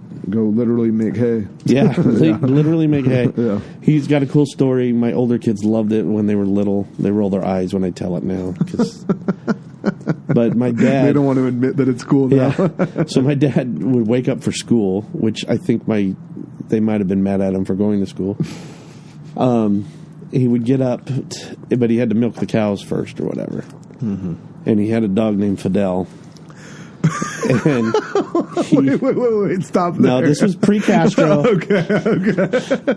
Yeah. My grandparents were a communist cell planted by Khrushchev. Well, no, I thought it was some sort of Stalin, I guess. Yeah. No, Fidel, I guess it's Portuguese name. It's Portuguese name. Okay. I guess. I don't know. It's the name of a dog. So Fidel and him, my dad would go out there and he'd whistle and Fidel would run off into the fog. Okay. And he'd wait a little while and then he'd whistle again or whatever. And then you just hear the cows coming. Nice. And he'd come into the barn. Fidel would follow. Nice. And he'd milk the cows or whatever. And I'm like, that's a pretty cool story. That's cool. That's cool. Pretty cool story. That's called a working dog right there. I had a dog when I was a kid, and he licked his butthole all the time. That's about the only trick he could do. He whistled, and then he licked his butt. Yeah, and then he got hit by a car. Not all on the same day. I mean, he paced that out. And he wasn't licking his butt when he got hit by the car. Yeah, it might have been if he was paying attention. What kind of dog? He was a mutt stray that showed up, but he was mostly German Shepherd. Okay. But he had that, what's that little, what's Snoopy? A beagle? Okay. He had those colors, Gotcha. that Like brown and black and white. Brick brown, white color. But he had the German Shepherd ears. And okay. yeah. Was he the size of a German Shepherd? No, he was fairly young, but he was like a little bit smaller than a medium size. Okay, gotcha. And then we had another dog named Jake. He was a collie and something else. Okay. What's the ones that have the black tongues? I don't know. That's testament that I don't know. Yeah, they have the crazy straight hair. Anyway, he was a mix, and when we were talking about Exodus earlier, he was in that book. He was that old. Like he didn't get to go to the promised land though. He was up there with Moses, and it was just like, that's all the way down there. I don't want to do that walk. So he was just like one of those, like he just would shamble everywhere. Oh yeah, yeah. We thought, are you blind? Because you just keep he'd walk like he's drunk, and then he'd just fall over, and it was like, oh, he's dead. And it's like, no, he's just asleep. No, he's mustering the spirit. We had this 1/4-mile driveway, the long dirt roads, Yeah. And we had a pile of cans. We recycled aluminum, right? Yeah. And he would just shuffle back there and pick up a can. He'd walk a certain distance up the drive and just drop it. You just have a can here and there and everywhere. It was just the most random. Would he lick it while he's walking out there? No, he just carried it in his mouth, and because we'd crush him and put him in the barrel, and then he'd just grab it, walk a certain place, drop it, turn around and walk back. Yeah. I don't. That's interesting. Yeah, we had some interesting dogs. They were all pretty much Jake was the cream of the crop. Jake just lasted the longest. He lived through it all. And we had a myriad of. He was one of the Pharaoh's many dogs. Yeah, Pharaoh's many dogs. Now my other brother Joe he liked the army and stuff too. He joined the army. Okay. When I was, everything happened when I was Timmy's age in these stories that I tell. I was he's 6 or 7. It feels like it. Yeah, and because he was 17 or 18, so he joined and went overseas, and then he was in Kansas. He was gone for a long time, but he loved the army. He knew what he was going to do the whole time. People had, back then they had Farrah Fawcett's poster on the wall or whatever. Yeah. He had 2 portraits, and one was General Grant, and the other one was Robert E. Lee. He knew everything. Wow. About those are very specific people. He loved everything about the Civil War. Okay. And he had a Great Dane. Oh. That I was little enough to walk under it. Her name was Virginia. Super smart. Virginia, because he loved the Civil War. Yep, I was going to say. So, you probably know, living out there, it's dangerous for an animal. Yeah. So we went through a lot of pets. Yeah. My dad loved animals too, so he hated getting a new dog because he'd get attached. Yeah. And something would happen, and that kind of thing. So anyway, Dad came back, ran the dairy, turned it into a cotton farm. Okay. Because he loved animals. I don't think he liked slaughtering cows and doing all that stuff. So I love animals too, but they make a great hamburger. So I get over it pretty fast. We're in agreement on that one. Yeah. Met my mom. They got married. I know it was a struggle for them, for both of their parents. My mom's parents were Protestant. Okay. My grandmother in particular, I believe, was Pentecostal. Okay. So for sure resistance, because I'm assuming your dad's side was Catholic. Very Catholic, or very culturally Catholic, at least. Mm-hmm. Grandma Pentecostal, used to, like, my mom was like, she preached in Revelations about the 7 hills and the Pope is the king of Babylon and whatever, and all, not, the apostate. Real warm welcome for the Catholic Church there. And then, of course, on my dad's side, it's the opposite. They're Catholic, she's Protestant, so I'm sure they had a lot of fun with that. And there was some stories going on through and through with that, and they got married, and I know eventually Father Stacy helped them get their marriage blessed in the church. Nice. And so they married civilly, you mean, before? Yeah, I think so. Okay. I think the wedding picture they have is like a, I don't know. It's not a church. Yeah. But then, like I said, they got it blessed later on. I can't remember if they went to like a Tahoe or something like that. But I love those pictures because dad's got the pompadour and the sideburns, and skinny tie, crushing it, man. Good looking man. And you can really, the younger version of my dad, you really see like all the brother, like me, Mike, and Joe in there. And it's like, wow, we are his kid. Yeah, for sure. And had us 5 kids, and there's a lot of grandkids to count now. Yeah. And then one great grandchild, Chelsea, has a daughter. That's awesome. And it's but my dad, I'm trying to think of the years here. I think it was 2016. Okay.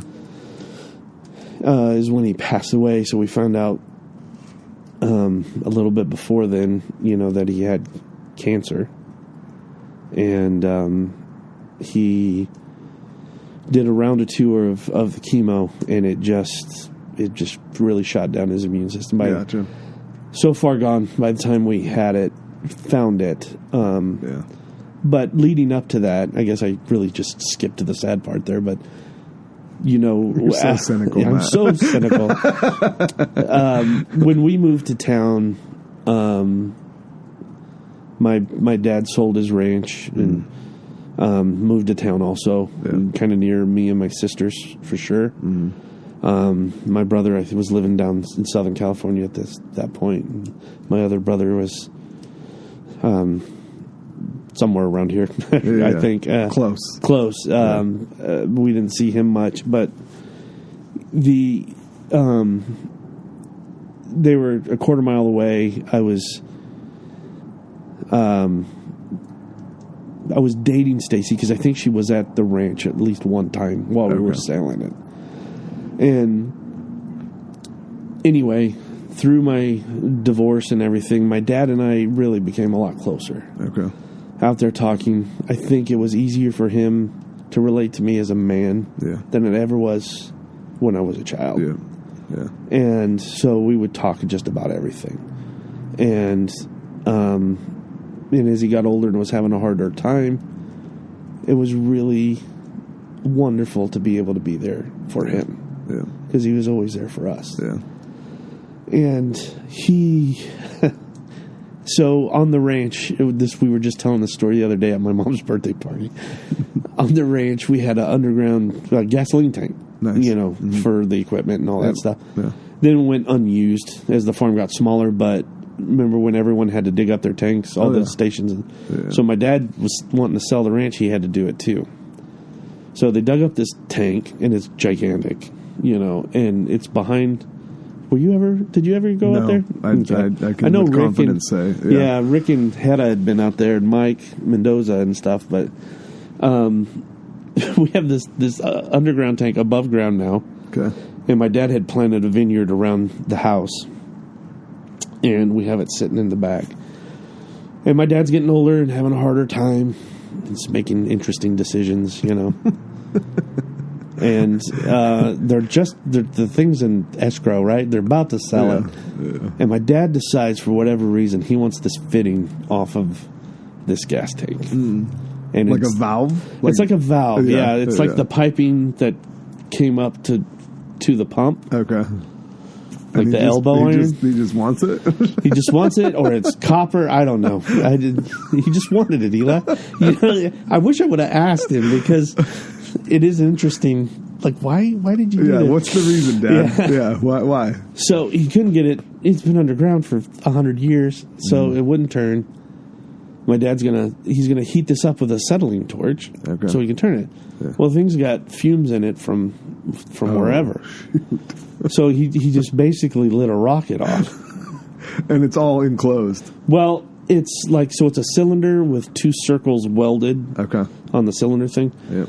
So what happens is he heats that up. It either sparks or lights or whatever. And the welds broke off. Okay.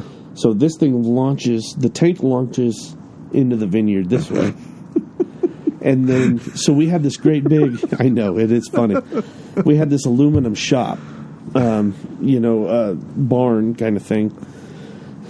And the sound of the explosion, the concussion bent the sidewall in. Like there's an indention. In the tank? In the shop from the sound. Gosh. And yeah, I mean, people from all over town came. Like, there's helicopters. Like, this is nuts, right? Like a big boom. Yeah, big boom. Because we're in the house, and pictures fell off the wall. And like seismic activity. Yeah. So I throw on my boots, and I'm running around the side. Because I'm just like, I don't know what happened. Yeah, Dad just killed himself. It's not good. Yeah. And here's Daddy's back there. He's got his house shoes on. All the dirt, it had the little stickered weeds. I love that he's using an acetylene torch. Yeah. House shoes on. Yeah. Goggles and everything, too. I'm sure all the safety PPE were there. And all the little thorn patches and stuff are on fire. Wow. Or they're smoldering. Yeah. And I look over at the shop, and it's like, it's got a big concave in it. And I'm looking, and there's this tank halfway down a vineyard row. My dad's got smoke like coming from the top of his head, and I'm like, "What the heck, Dad?" And he's stomping all these things out. He's holding the torch. We had to go and shut it off, and because he's confused. Yeah. And his face has got blood and stuff on it. I'm fairly certain he's from Krypton, because he's not dead. And all this metal somehow did not hurt him. Yeah, and we finally figured out where's the front of this tank? Yeah, it could have smacked him and took him off with it or whatever. Yeah. And the next year, we found it in a vineyard row when someone was driving a tractor down. They said the way it landed, it was you couldn't see it. It was perpendicular. Got next to the. Yeah. So the neighbors are showing up, the fire trucks are coming or whatever, and we laugh. I hope my mom doesn't mind me telling this, but he just comes to me and he's like, "Did you guys call an ambulance or something like that?" Or I go, "Well, no, I think it's a fire truck, Dad. I think the whole world knows." Yeah. It's kind of hard to hide what you just happened. And he's like, "Get my pickup. It's in the shop. You're taking me to the hospital." Okay. I'm like, okay. Yeah. He goes, hurry before your mom gets out here. He's more worried about my mom coming out there and being mad at him than anything and I'm else. You got your head's on fire. And I can't remember who it was. The doctor. Oh shoot. I used to see him at Confession and Adoration all the time, and he was working at St. Agnes that day. Okay. And so we get in the emergency room, and the guy sees me and. He's like, "Oh, okay, here, I'll switch patients and I'll have you guys." Yeah. And he got us back there real quick, and he's like, "Oh, this is good. I'm glad you knew that and got me in here." I'm like, "Well, I don't know if that had anything to do with it, Dad." "No, it's good before your mom gets here." And I just, oh man, everything was about making sure he was avoiding your mom. Yeah, and when that was always my little sister and I would always joke. It's like Dad's things is he had a lot of cool sayings, and he lived by a lot of them. He was like, "Do the right thing." I know they're from somebody else. He got them from somebody else too. But do the right thing even if nobody's watching, and if you can't trust yourself, who can you trust? And just because it's hard doesn't mean you shouldn't do it. And we would rattle off a bunch. And like my little sister and I, are the last one would be, and your mom doesn't need to know everything. We don't have to involve her. What I love about the comment you said, though, is that, like, it's one thing to, like, say those things, but it's awesome that you recognize that he lived by them. Yeah. You know what I'm saying? Like, he didn't just tell you that. Like, do what I say, not what I do. It was a function of he exemplified it. Not perfectly. You know, none of us are perfect. No. But at the same time, like, he did his damnedest to make sure that you knew, I'm going to try and set the standard, right? And, and I'm going to do my best to not deviate from it. It was important to him that his kids were decent people. Yeah. I mean, you could tell he wanted you to act a certain way. Yep. He, we were no stranger to foul words in the shop or whatever else, but he didn't like it if around mom, or yeah. I mean, I couldn't around women in general. Yeah. He didn't like it when I cussed and stuff like that.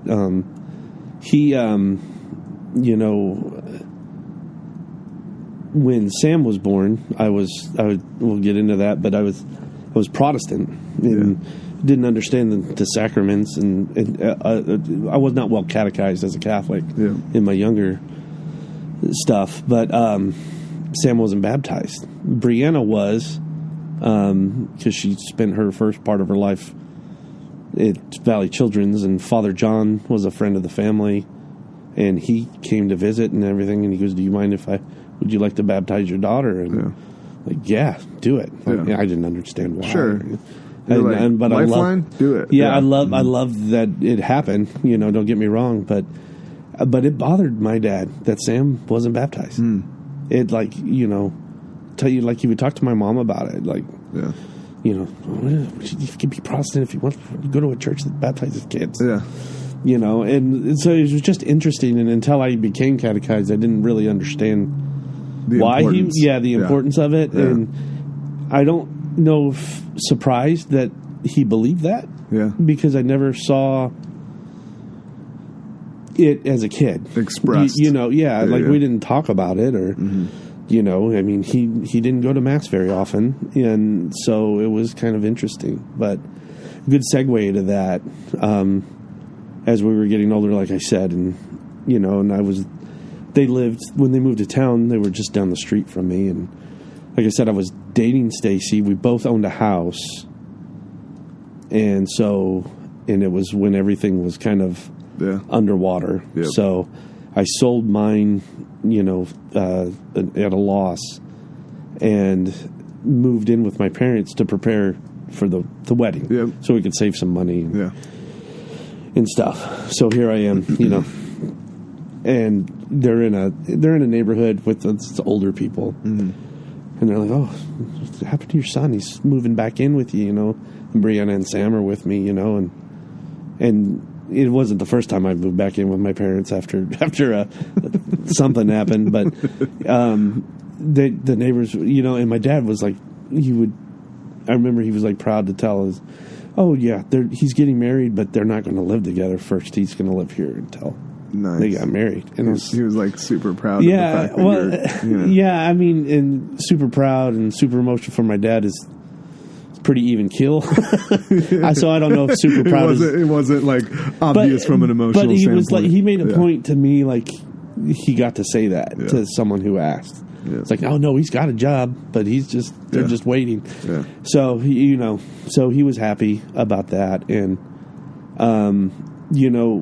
after we got married, and a lot of life happened in between those moments, and when we found out he was sick, and just those every week going to visit, and then when Tobias was born, it was the first grandchild in a long time, and him and Toby's relationship was like a storybook. It was like, that's cool, Winnie the Pooh and Christopher Robin. That's so cool. They just buddies. Were amazing. Yeah. And there's a ton of pictures of those two, and my dad was, I think, kind of depressed when he lost the farm. I always laugh and say, I think he misses the shop more because he would go out there and hide from Mom. They loved each other. Yeah. I should clarify that. No, but that was, they had their space. My mom's house was her house. Her house. And his shop was a shop, and they had a domain, and they can interact and leave as they please, But, when Toby came around and Stacy would work at the office, I worked, I think I was Sunday, Monday off, so I'd watch Toby on Monday, and then, anyway, my mom watched him one day a week. Right.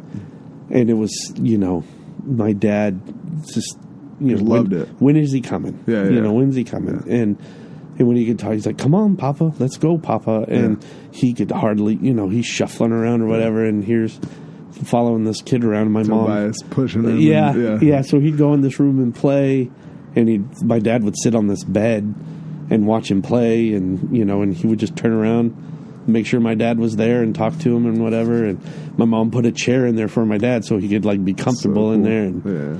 And then she got him a miniature version of a recliner to sit next to him, and they had a TV in there. It was it's just like the two old men. Yeah, and it was just awesome. That love. And I would come over, and I would change. I was building a crib. My mom wanted a crib at her house, or when the kids would take naps. And I was building a crib, and my dad was in there helping, or watching me. Is what it was, telling you what you were doing wrong. and Tobias knew I was there, so he just wouldn't. I had to be with Dad. Yeah. So I'm like, that thing where I'm trying to read the directions, and I got the baby over here, and I'm just tickling him on the bed and trying to keep him over there. Yeah. And then I'm turning that little Allen wrench that they give you and doing it and holding the baby off with one hand. And my dad was just like, damn, that's impressive. And I go, what? And he goes, I would have lost my mind. He goes, I don't know if I would have yelled at you. And then I must have looked at him like, you don't know if you would have yelled at me? He goes, well, no, what I meant was I'd be yelling for your mother to come get you. And I'm like, oh. And I'm like, well, I said, Mom's not here, so I can't yell at her or whatever. But he was just, and then we talked about stuff like that, about life and childhood. We talked about faith, and when he got sick, we really talked about faith a lot. My dad would always tell me, he's like, I don't want to die. He had this realization of what he had and everything that was going on, and how precious life is, and that's why he really wanted to go through chemo. He was like, I'm going to fight for it. Yeah. And it shut him down. It hit his immune system, and the deterioration and stuff was there. And when he was in the hospital the last time, I was working at FedEx. I was, I think, the PM manager. So I'd finished the sort, and I'd drive over to the hospital. My mom had probably been there all day, and she was she'd go home, and I would stay with him for a while until whenever, and we'd talk, and two really cool things happened. Him and my older brother were a bit estranged, and I was talking to my other brother on the phone. He was in Europe. We were on a business trip, or he was there. I think he was there with my sister-in-law Ellen, and we were just having real conversations. So what's do I need to come home? Yeah. And I don't know how to answer that, and I don't. He wasn't really crazy about having to ask the question, and you're both in this predicament. And I'm like, I mean, if it was reversed, I'd want to know. I'd want to come home. Yep. And that's why I told him, and he was like, yeah, that's kind of where I'm at, and I'm like, it's the best way to frame it. I'm not going to pressure you, but if I was in your position, I would come home. Because we don't know how long anything's going to be and everything else, and so we're talking. My dad, and it was the NBA playoffs were on, because my dad kept waking up and saying the same thing. We'd see the guys on TV. Gotcha. Fall asleep for a few minutes, he'd wake up and he'd say, "Oh man, this guy's really good." Yeah. In another half hour, he'd wake up and do the same thing. And I see this. You know how the Clovis communities and around the sections there. Yeah. So I see this guy keep passing in the hallway. Okay. And every once in a while, I'm kind of angled out the door, and third time or something, I make eye contact with him. And he goes, Matthew. And it's my brother, the other brother. And Mike goes, who are you talking to? Or you could tell I was talking to somebody else. And I go, it's our brother. Yeah. And he goes, Joe Mendes? I go, yeah, that's his full name. Yeah, that's the one. And so he came in, and it was the last time I saw my dad lucid. Was when he talked to my brother, and I stepped out in the hallway, and they talked for a long time. Yeah. At first, he was out, and my brother and I talked, and we were talking about my kids, and, what are you doing? What am I doing? And it was awesome. Yeah. It was awesome to talk to him again. And Dad woke up and looked at him and had this look like, Joe Mendes? Yeah. And looked at me, and, and I go, yeah, that's him, Dad. That's him, Dad. And, no trick. Yeah, and they got to talk, I went out and talked to my brother on the phone. He's like, well, I'm coming home. I mean, there's no ifs, ands, or buts about it now. Yeah. And he kind of went out again. I can't remember if my mom came back. I think I may have told the last time I saw him lucid thing a little too early. Because I think he came back, and I wasn't there, and he told my mom, I need you to get me a priest. And so that was my department. So I called 9, 12, 40 priests. Every priest I ever know. Could, whoever was willing to make the trip. And Father Craig came. He was at Plunkett. Yeah. Was he at? He was at Divine Mercy. Divine Mercy. There you go. Thank you. He ended up coming, and I was in there with him while they were talking. And because my dad was lucid, he was talking to him. Okay. And he wanted the sacraments, but he wanted to, talk to Father first. So I kind of stepped out, and Father did everything. And I got to be in there for a couple of them. You know? That's super cool. And he was happy. Yeah. And I'm sorry. It's all right. Take a breath.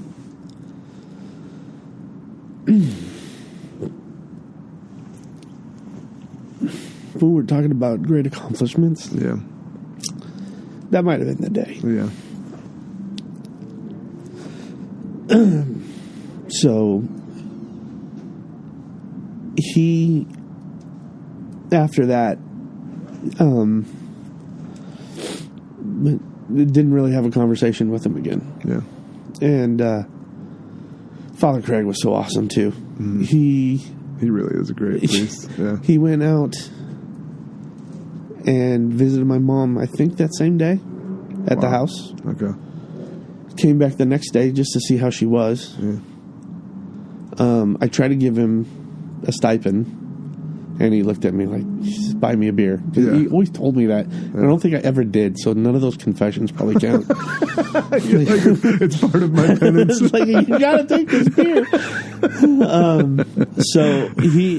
But I just remember that too. Like he, served that priestly duty to my family. He even called me one of the other times.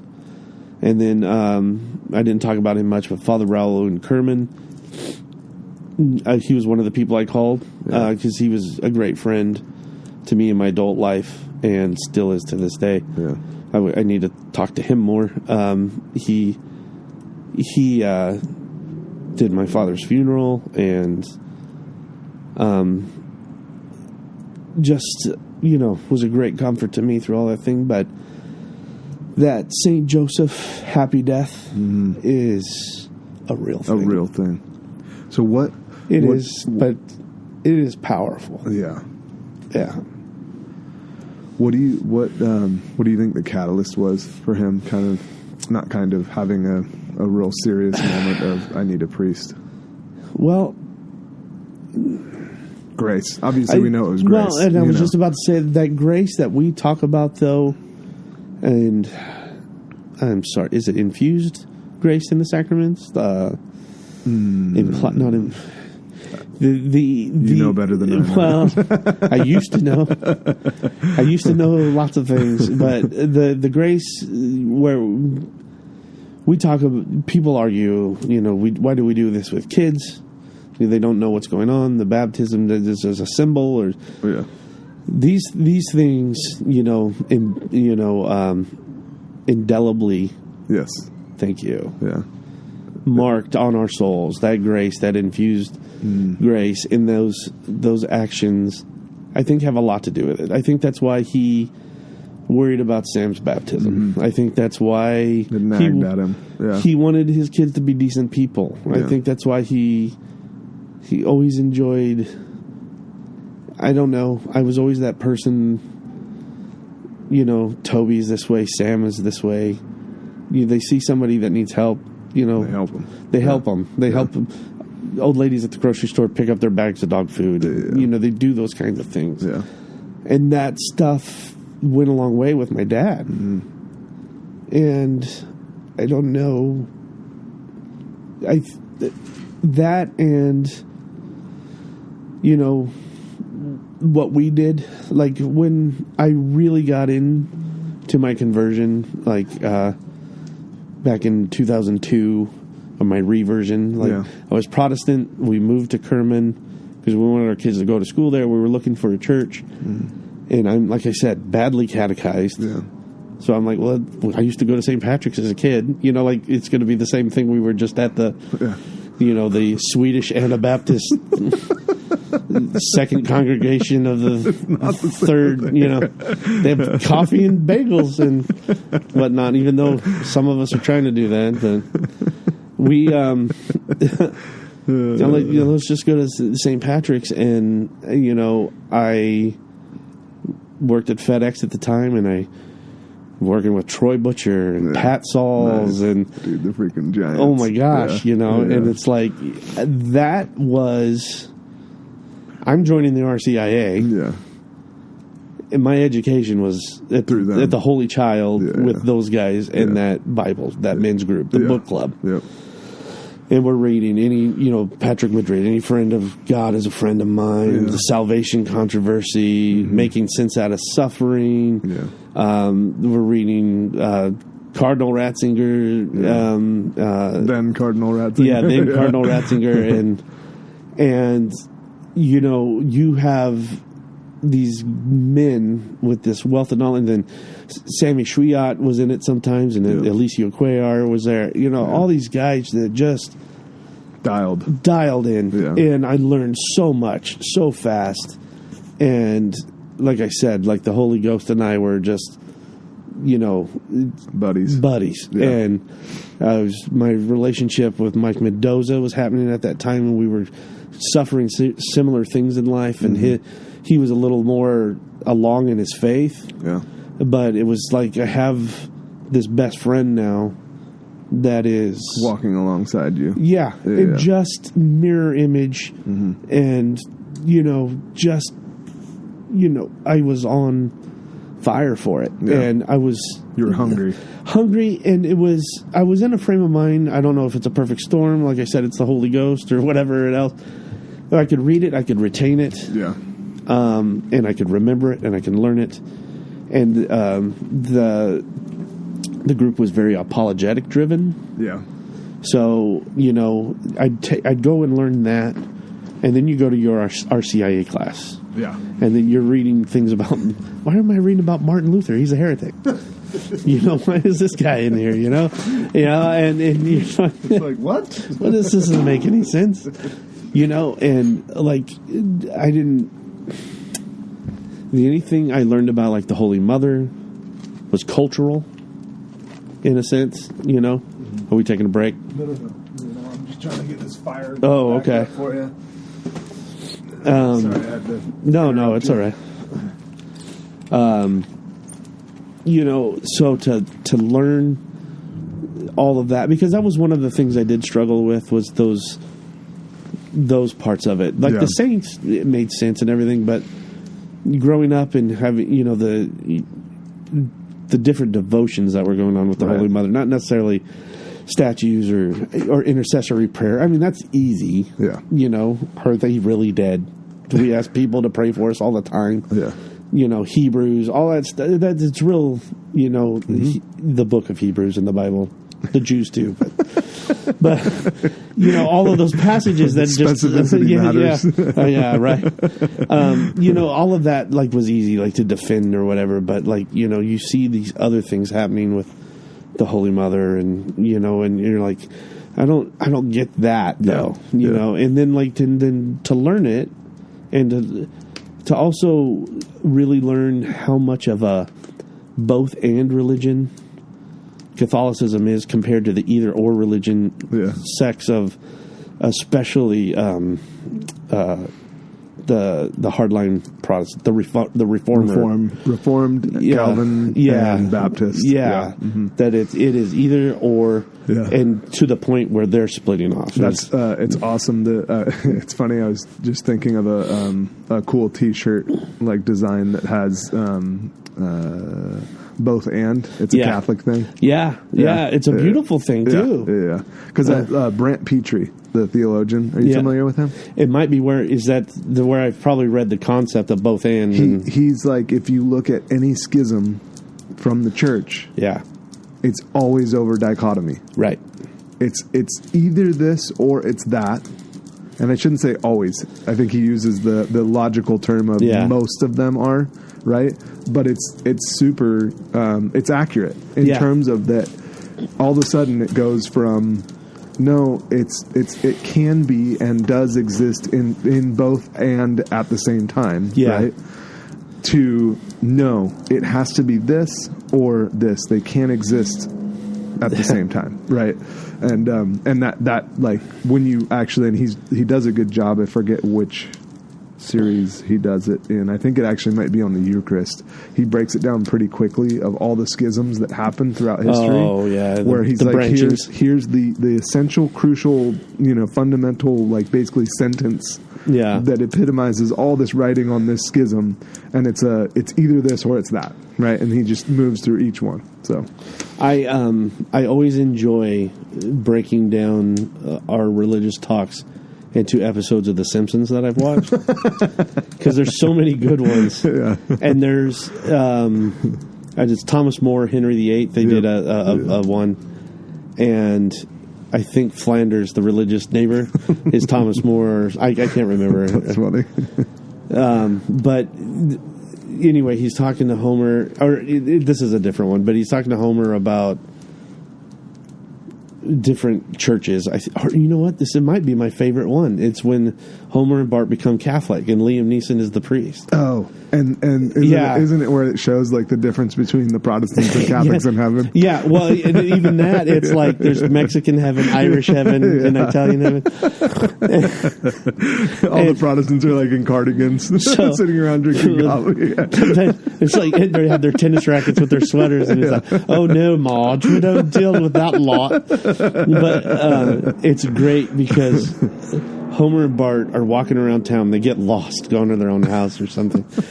And there's this church in the bad part of town, and Liam Neeson's out front, and he's like, hello, brothers. Why don't you come in for our annual pancake dinner? It's a Knights of Columbus pancake dinner. Classic. And he goes, what? You've transfigured breakfast into dinner?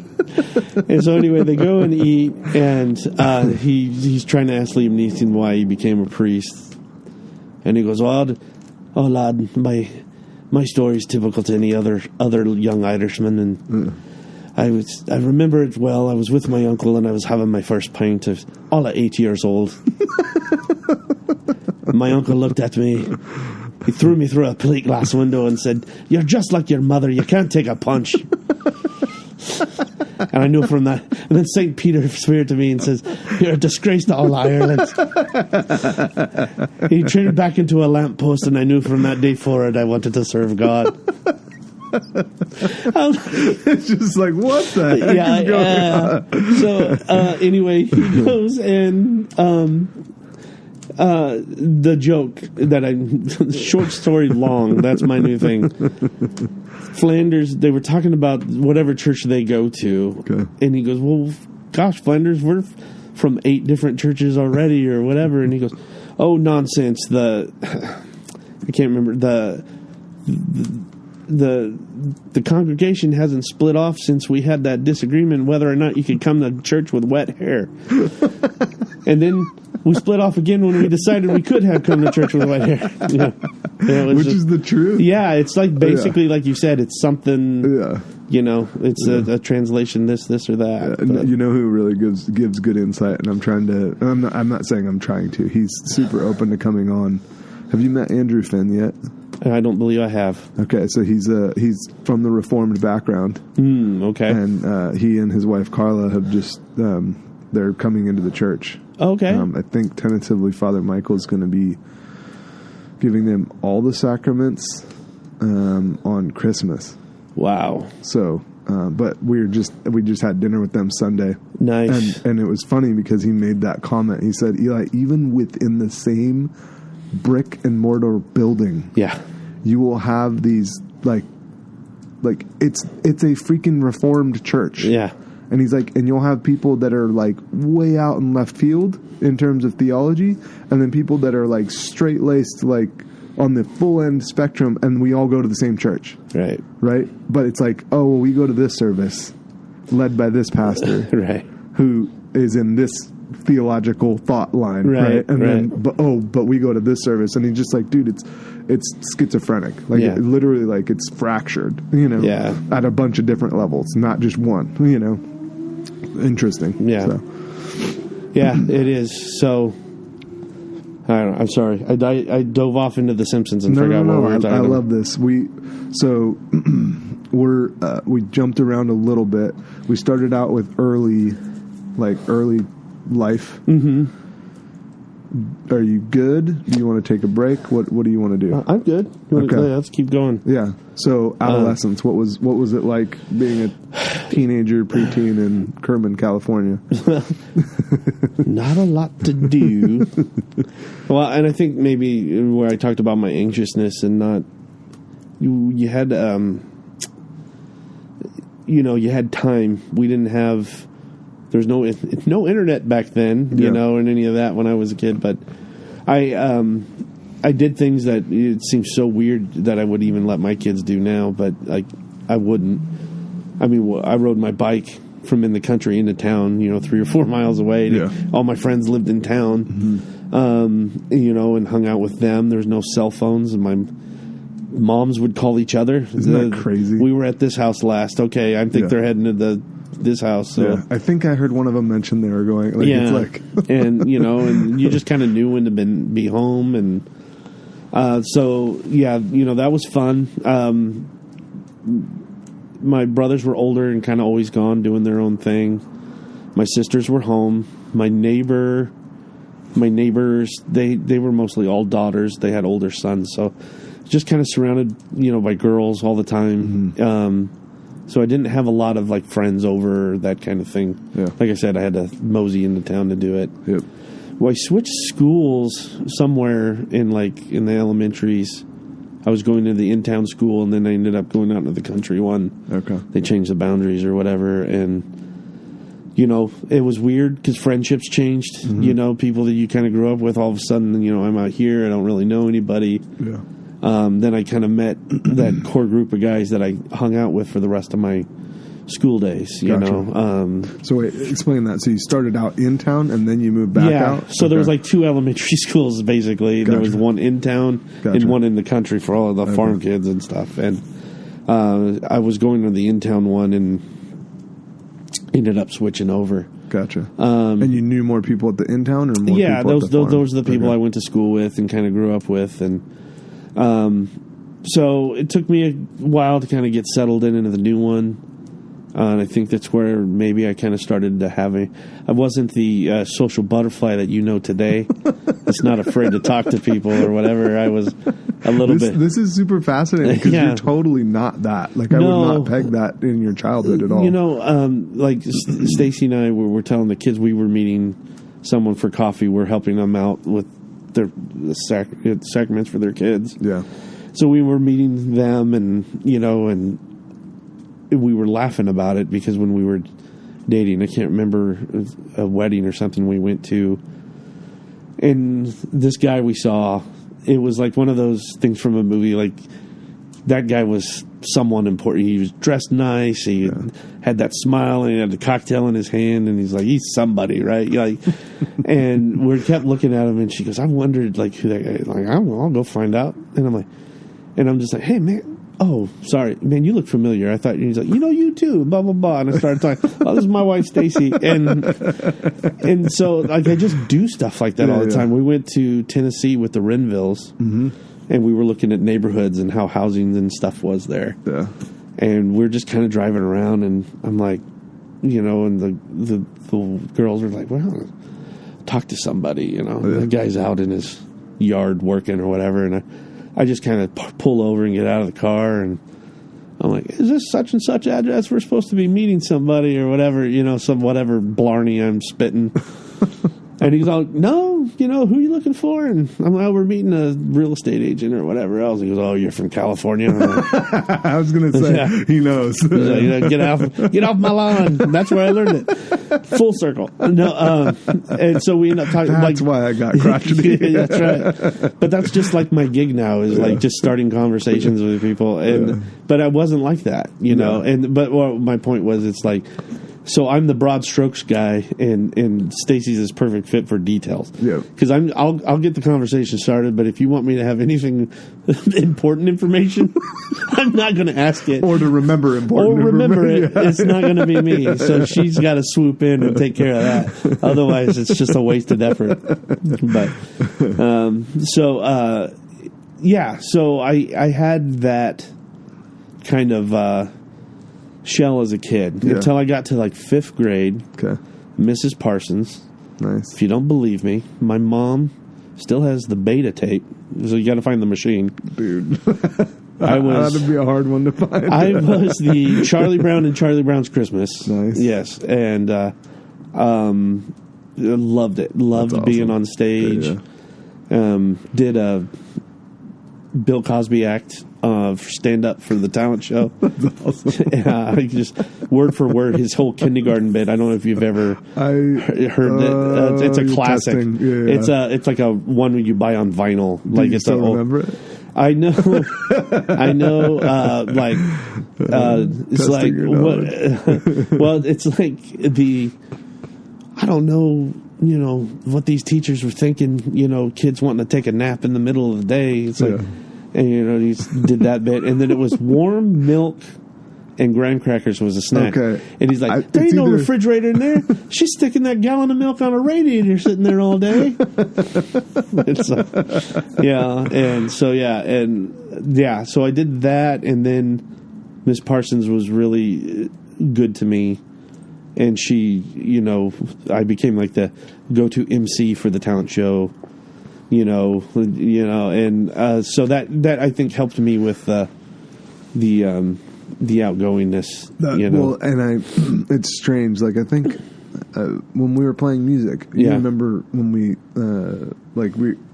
were fortunate enough to be around Matt Maher, for a little bit, and he's totally that way. Yeah, you get like interpersonal with him, and he's really, really hard to talk to. Right. But dude, you put him on a stage, and all of a sudden it's like, this dude is dynamic, right? And it's like, I don't know why, like I would be shocked or surprised by it, but it's exactly what you're describing, where it's like all of a sudden you're in your element because for whatever reason you can kind of kick start it into gear. Yeah. Whereas like the one-on-one, at least at that point in your life, right, it was a lot harder because you're just like, what do I say? I don't know what questions to ask, right? Well, I didn't have a feeling of self-worth. Okay. Like, I had to establish it first. I had to establish, okay, you laughed at my jokes. Mm-hmm. You're having a conversation. You seem to be okay around me. Interesting. I guess you feel okay with me being here. Yeah. Like, I had to You had to like prove something. I had to prove something to feel, validated. Yeah. And eventually, you figured out that everyone's feeling the same way. Eventually, I figured out you're the lucky one that I'm in your presence, and you're blessed because I'm in your life. You're welcome that I'm here.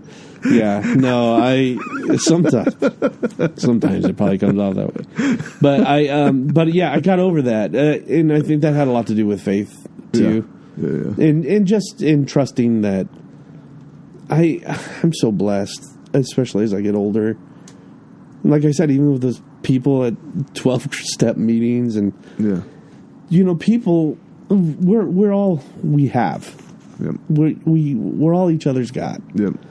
And, like those things I say that I complain about forever, I've been wanting to move out of the state of California. Yeah. Since I went into management when Lizzie was born, part of my plan, and it's a funny word. My plan was working at FedEx. It was a great place that you could transfer and, take your position somewhere else. And we even picked places. I mean, it's like Idaho, Texas, North Carolina. You had your priority list of where you could there was seasons of which we were going to do it. Yeah. And just had another baby. We can't take them away from the grandparents. I have 2 older kids here. Yeah. I don't, I chicken out. My dad, passed away. Mm-hmm. My mother-in-law got sick. Yeah. And it was just like all those things, the cheap power bill that I'm dreaming of and your dollar going another way. It's, Nashville was nice. It was beautiful, and I loved it. Yeah. And I probably wouldn't have minded if I moved. It would have probably been fine because I can make new friends as established. Mm-hmm. But I am late to Mass on Sunday in Fresno. I have 9 other choices to go throughout the rest of the day. Interesting. Yeah. I am surrounded. We're helping out. I was telling you about the people we were meeting. They are new to the community. I'm not exactly sure what the circumstances are, if they converted or whatever. But we met them, and it should have been the questions I asked, but, I went off on these tangents and probably talked about The Simpsons or whatever. But they're lovely people. They're amazing people, and I want to bring them to meet you guys. Yeah. Because we're going to be godparents to their children. That's because awesome. They were looking for someone who the faith meant something to. Yeah. They were looking for authentic Catholicism. I need to have more kids because I have so many friends that are great godparents. Yeah. You're a godparent to one of my... Yeah. I mean, and Toby's awesome. Yeah. And it's all your kids are awesome. Thank you. I know what you mean. I shouldn't say. But it's one of them. It's like there's so much here for all the things, and I will continue to complain about them. Yeah. Don't worry about that. Oh, I complain about them too. But it's like wow, my family's here. I just every once in a while I'll text my brother, and I'm just like, man, I got a great brother. Yeah. Like Mike. Mike. Yeah. And and I love Joe too. Like I said, I was young when he left, and I haven't. Age gap always does that. Yeah, and I haven't talked to him. There's just been so much separation, and I'm sure, like I did in the hospital that day when we talk again, and I'm sure we will. It's going to be wonderful. But Mike, I always had a closer relationship with, and I was Theo Vaughn, the little short films, and he just had a thing. He's like, man, I just don't know where I'd be without my brother. And I sent that to him. It just made me think about him. And my sisters are amazing. My family. Yeah. So why would I want to? Amazing people. Why would I want to move to the damn Atlantic Ocean, which doesn't have a decent beach and is cold? Yeah. Where everyone calls mountains, and you're like, these are like less than foothills, guys. Now I'm trying to talk myself into how great it is. But no, seriously, I have such wonderful things here. Yeah. And that's it's hard to focus on that sometimes, but. It's fascinating that you bring up the accessibility to Mass. Yeah. I was just listening to... Do you know who Brian Holdsworth is? No. Okay. I actually don't know who he is either. Okay. But he's on... I've been on a little bit of a Pints with Aquinas kick. and he is an apologetics guy. Has his own YouTube channel. Okay, I think. But anyways, he was talking about Canada. He's a Canadian, and he was. Oh yeah, it's rough up there. Dude, right now. his area. He was talking about how they've, I think year over year, like every year, they've been basically like, I forget the term he used, but basically merging two churches. Mm. And then even when they merge those two churches, whatever one church comes out of that might also get closed completely. Yeah. And he's just like, it's not. And I was like sitting there kind of shocked because it's like. It's hard to think about it that way. It's hard to like wrap my head around, wait, there isn't 8 a.m. and a 7 p.m.? Yeah. And everything in between that? Yeah. Right? Like in theirs, it's maybe 2 services on a Sunday, and you're lucky if there's 2. You know? So. And that was like my, point in Tennessee. And there was a beautiful Catholic church there where we went to Mass. But there wasn't 12 parishes within a whatever group. I went to St. Genevieve's, the smallest parish in the world in downtown Fresno. Yeah. For confession the other day. Like, nice. I think you and I joked in, like, it's this coordination between all the churches. Like every day of the week should have a confession. It's wonderful, you know. And they don't, by the way. They don't, but it's close. It's close. But it's man, don't take that for granted, people here. Yeah. Don't forget how wonderful that is when. I think it's in one of the Dakotas. You get it once a month. Or Alaska, there might be a priest in the state, or something like that. And then the rest of the time is like a Eucharistic service. Yeah. Like it's Jesus is there, but it's not Mass. Yeah, yeah, and I don't know. It's very fortunate, to have the community that I have of good folk and the faith life, the church life as it is it's beautiful. It's a beautiful thing here. Yeah. So, kind of awkward, but starting to come out of your shell, early adolescence. Yeah.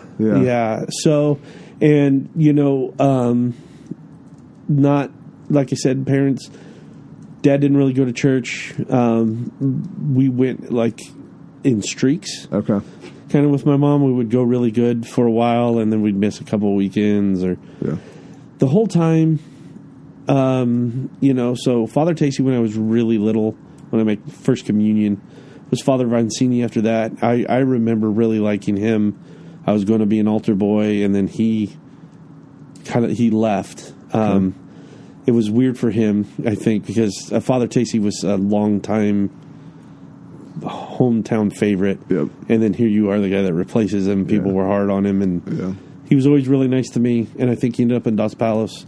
Monsignor Cotta was with him there. And and then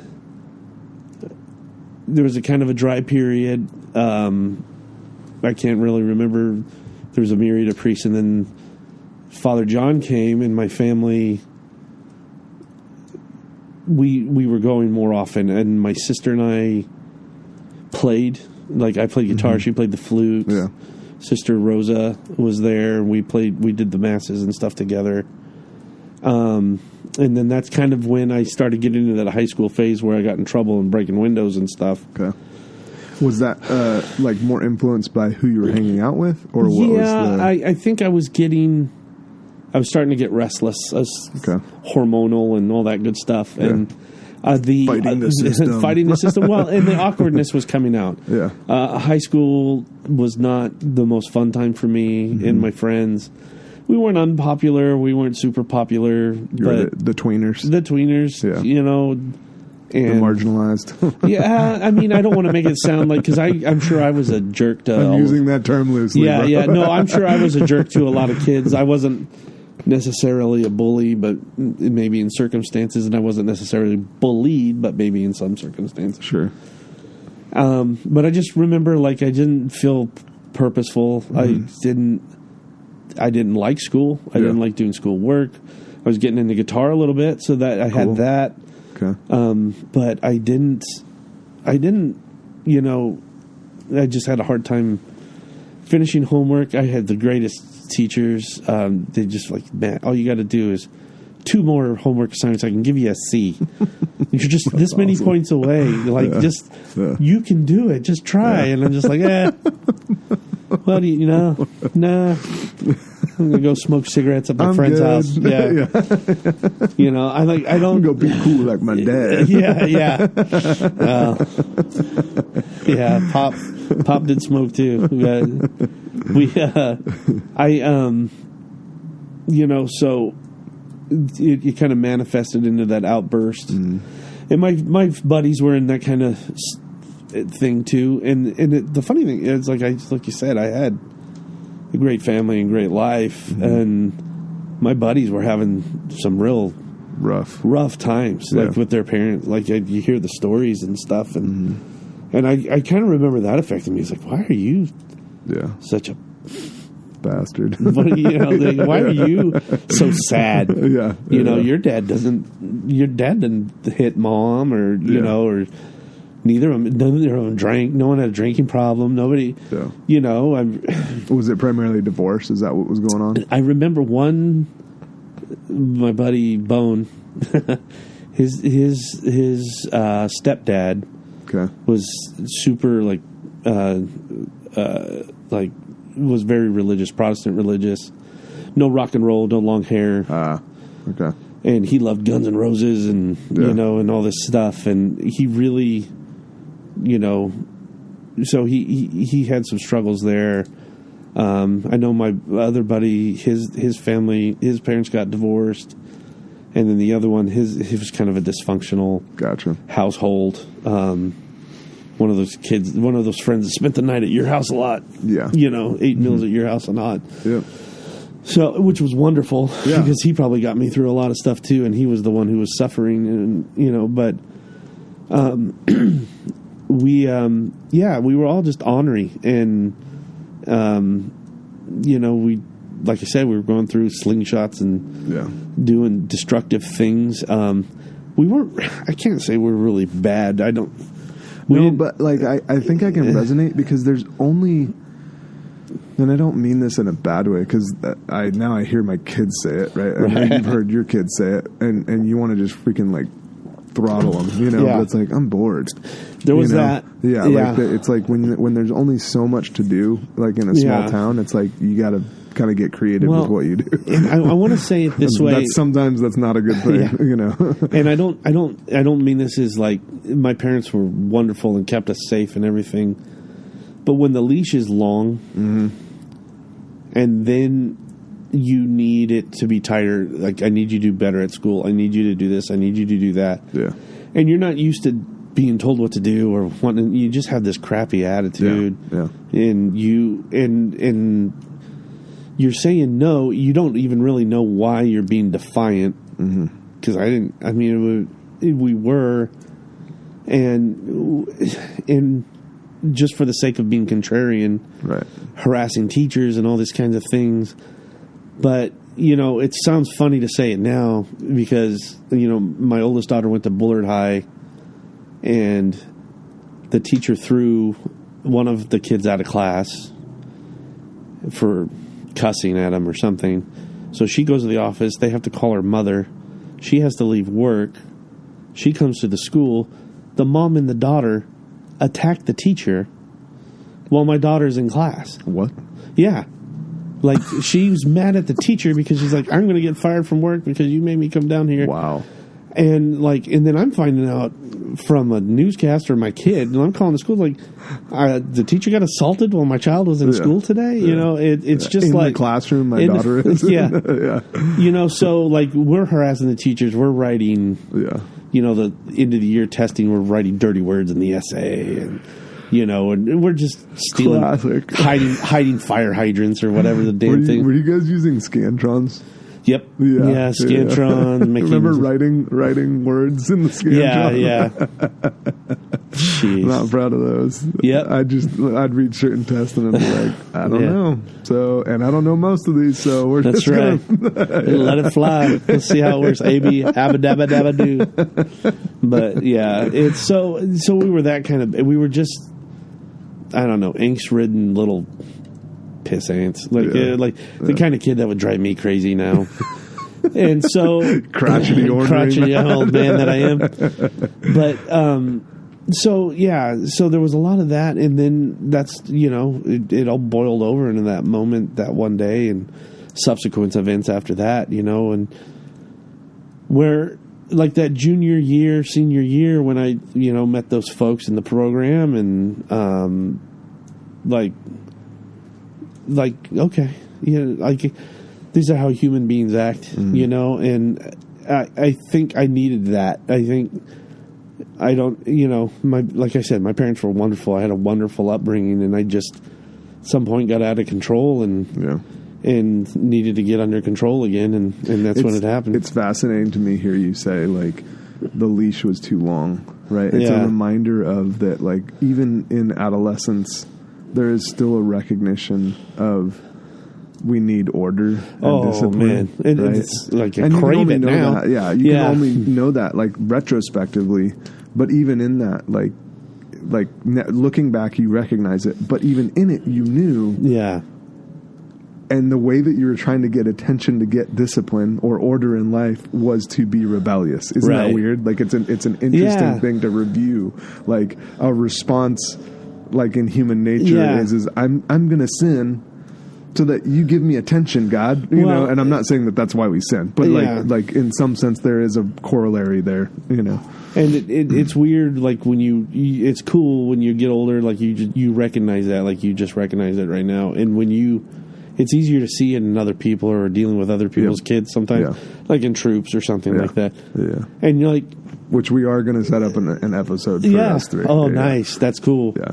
But you see that, and you care, like, that comes with, like, caring about other people for being people. And it's almost easier when it's not someone you know. Yeah. And you're like, I don't give a damn about any of this. This is what you're doing right now, and we got to figure this out. Yeah. And that person is like, okay, you don't care if I'm a weirdo, or you want me to get past this situation, and you genuinely care enough to help me. Mm-hmm. And it's a shock to that kid because he's acting that way to get attention. Now he's got it, and he doesn't know what to do with it. He's like, what do you mean you don't care that I'm doing this or that? Yeah. No, I want you to quit doing this bad thing, so let's figure it out so I don't have to mess with you. Yeah. Well, and also because what you should, like, again, law of nature. Yeah. Like, you intuitively know that this isn't right, and yet you're acting out because you don't know how, like, you don't have guide rails given to you. No one's really, like, explicitly told you or showed you, hey, this is acceptable, and there are times, or there's a way to release this that's a proper way, not an improper way. Right? Like, because I think that's also the other thing is there's a way to express yourself in anger without causing someone's windshield to be damaged. Yeah, right. We were talking about this in Troops the other night. There was a great documentary, and this is out in the early 2000s, and one of the sanctuaries in Africa. The poachers were getting the elephants, the tusks for ivory or whatever. Yeah. So they were making orphans of all these little guys, right? So they put them on this reservation or habitat, whatever it's called. Well, these bull elephants, these baby bull elephants, start killing all the endangered rhinos, and they're just assholes. They're just going around. They're just being because they don't have a framework. Well, that's what they did. So they said a better way to stop the poach. Let's just go get all the old guys who can't run. Nice. From the poachers, and they put them on the res, right? Nice. And the old guys just start slapping all these young bulls around. Yeah. It is awesome. This bull elephant comes up like he's strutting his stuff, right? And the old guy just kind of with his foot, he just kicks him in the knee, and he falls over. And the bull elephant tries to get up, and he hits him with his trunk, and he falls down again. Tries to get up, knocks him down again, and then he walks over and just steps on him. Yeah. And the elephant's struggling, and then he lays there. And he struggles, and he starts crying.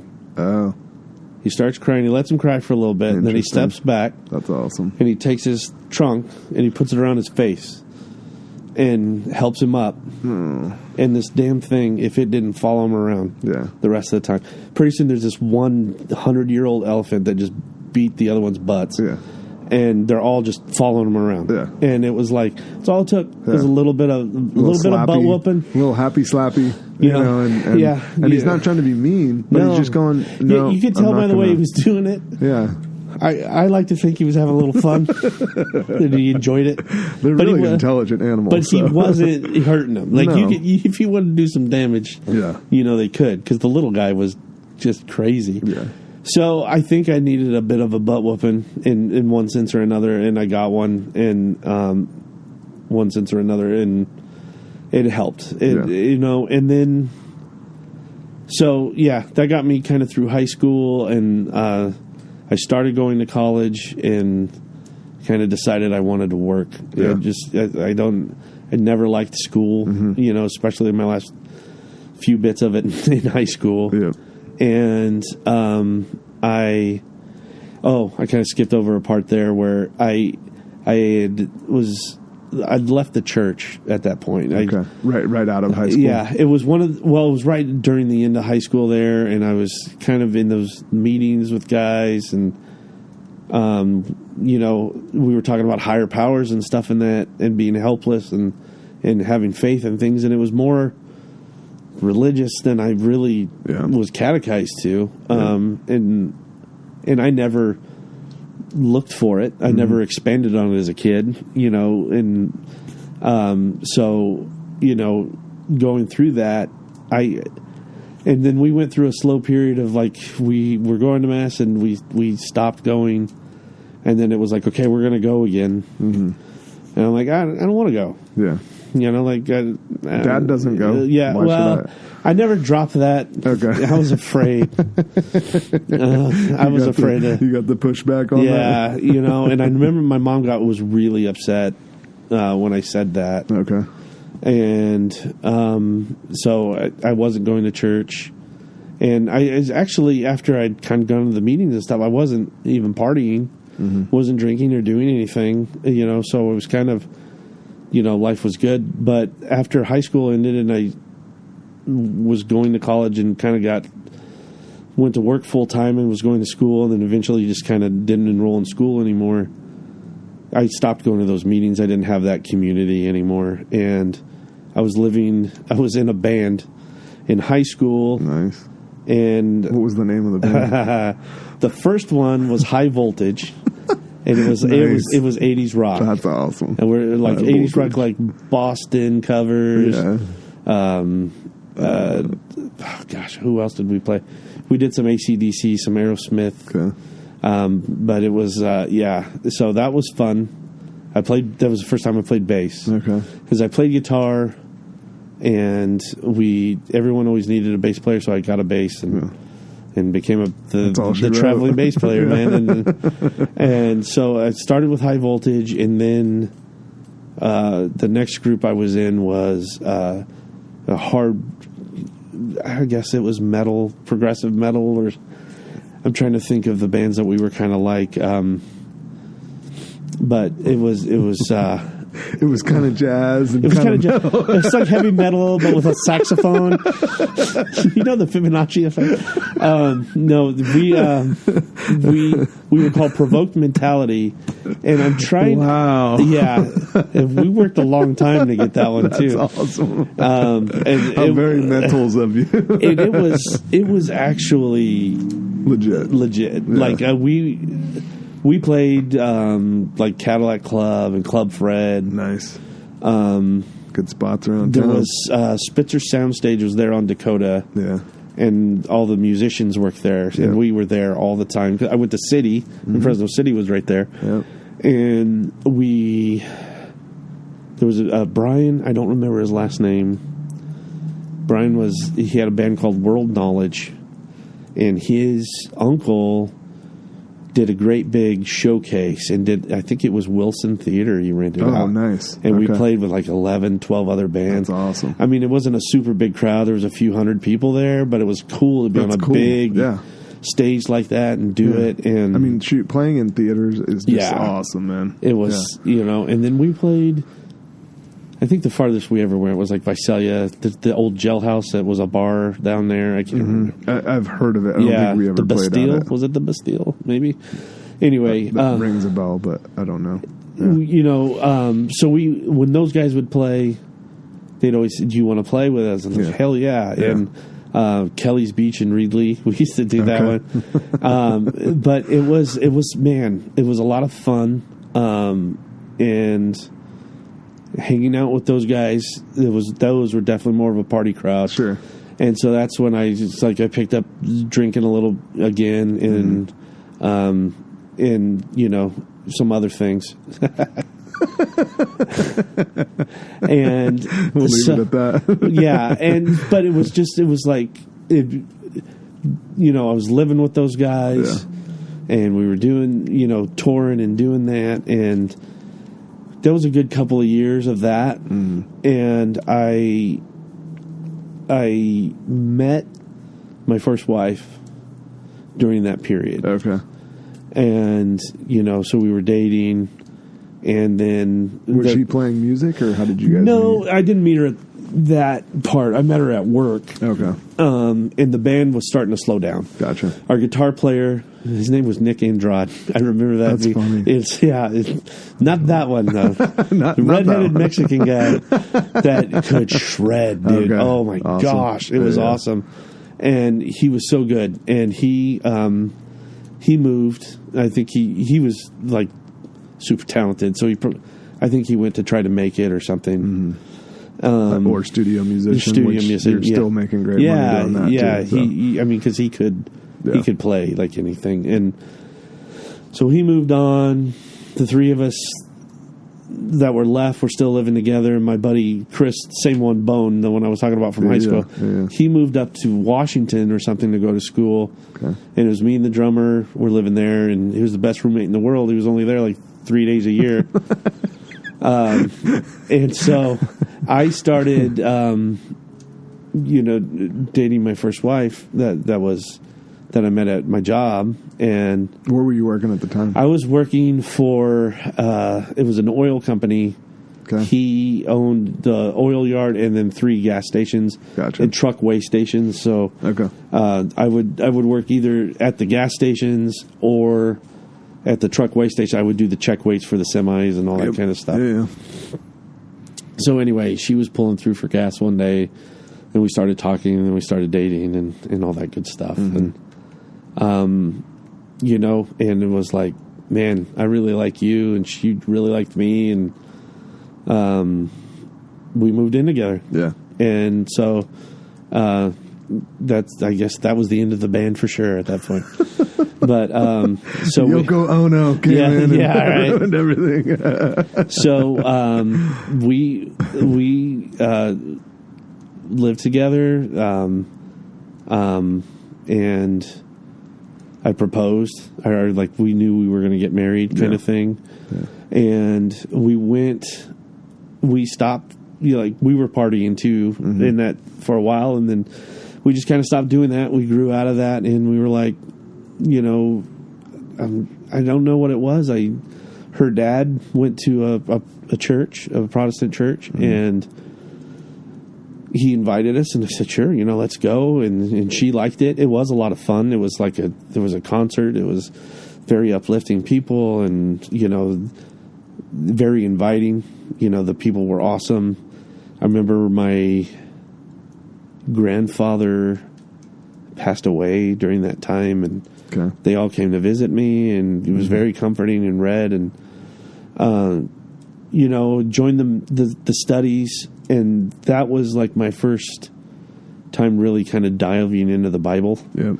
And I was like, this is a pretty cool book, man. Yeah. I didn't understand the timelines, the history, or what it meant. These people were telling me what it meant, what I was reading. Yeah. And that was really nice because I didn't really have to think about it. Yeah. And how it worked and translated into what we were doing. And then there was a gentleman there that was very anti-Catholic. Okay. Like I said, I was not catechized in the least. Yeah. I didn't know about the indelible mark that baptism left you. Yeah. I didn't know about the true presence in the Eucharist. I received my first communion. Right. I'm sure somebody taught me. Yeah. But I didn't. It didn't sink. Yeah. He didn't. Or hold. Yeah. I didn't know any of that stuff. So started saying all these things about the church, and I'm like, that's where my mother goes, you son of a gun, you know? You're like, how dare you? Don't talk about my mother. That's my mama. And, you know, like, I just remember it kind of got me a little riled up. And, you know, and so that was my first inclination into that stuff. Yeah. And we, like I said, we got married. We bought a house in Fresno. And when the kids were old enough to go to school, we moved to Kerman so they could ride the bus to my parents' house. Okay. Because we had to figure out something there because the net worked. And that's when I said, hey, let's go to... We were looking for a church. Mm-hmm. And like I said, I didn't know the difference in anything. I said, let's go to St. Patrick's. That's where I went as a kid. They built a new one. You know, let's go check it out.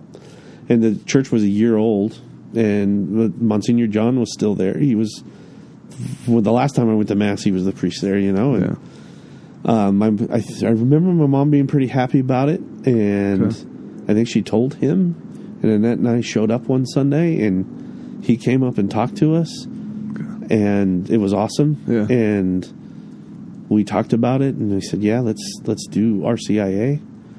I think we had been married for...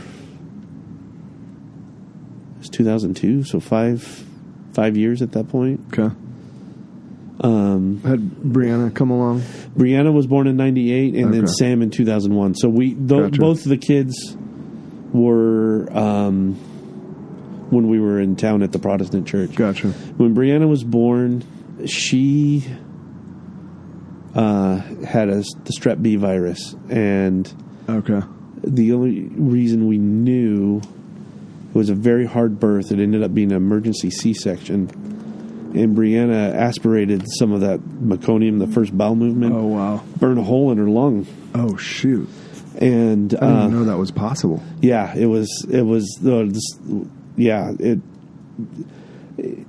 all the pressure from trying to give birth that she had the bowel movement. Mm-hmm. And then when they had the emergency C-section, they didn't clear her mouth. I got you. And anyway, it was aspirated, and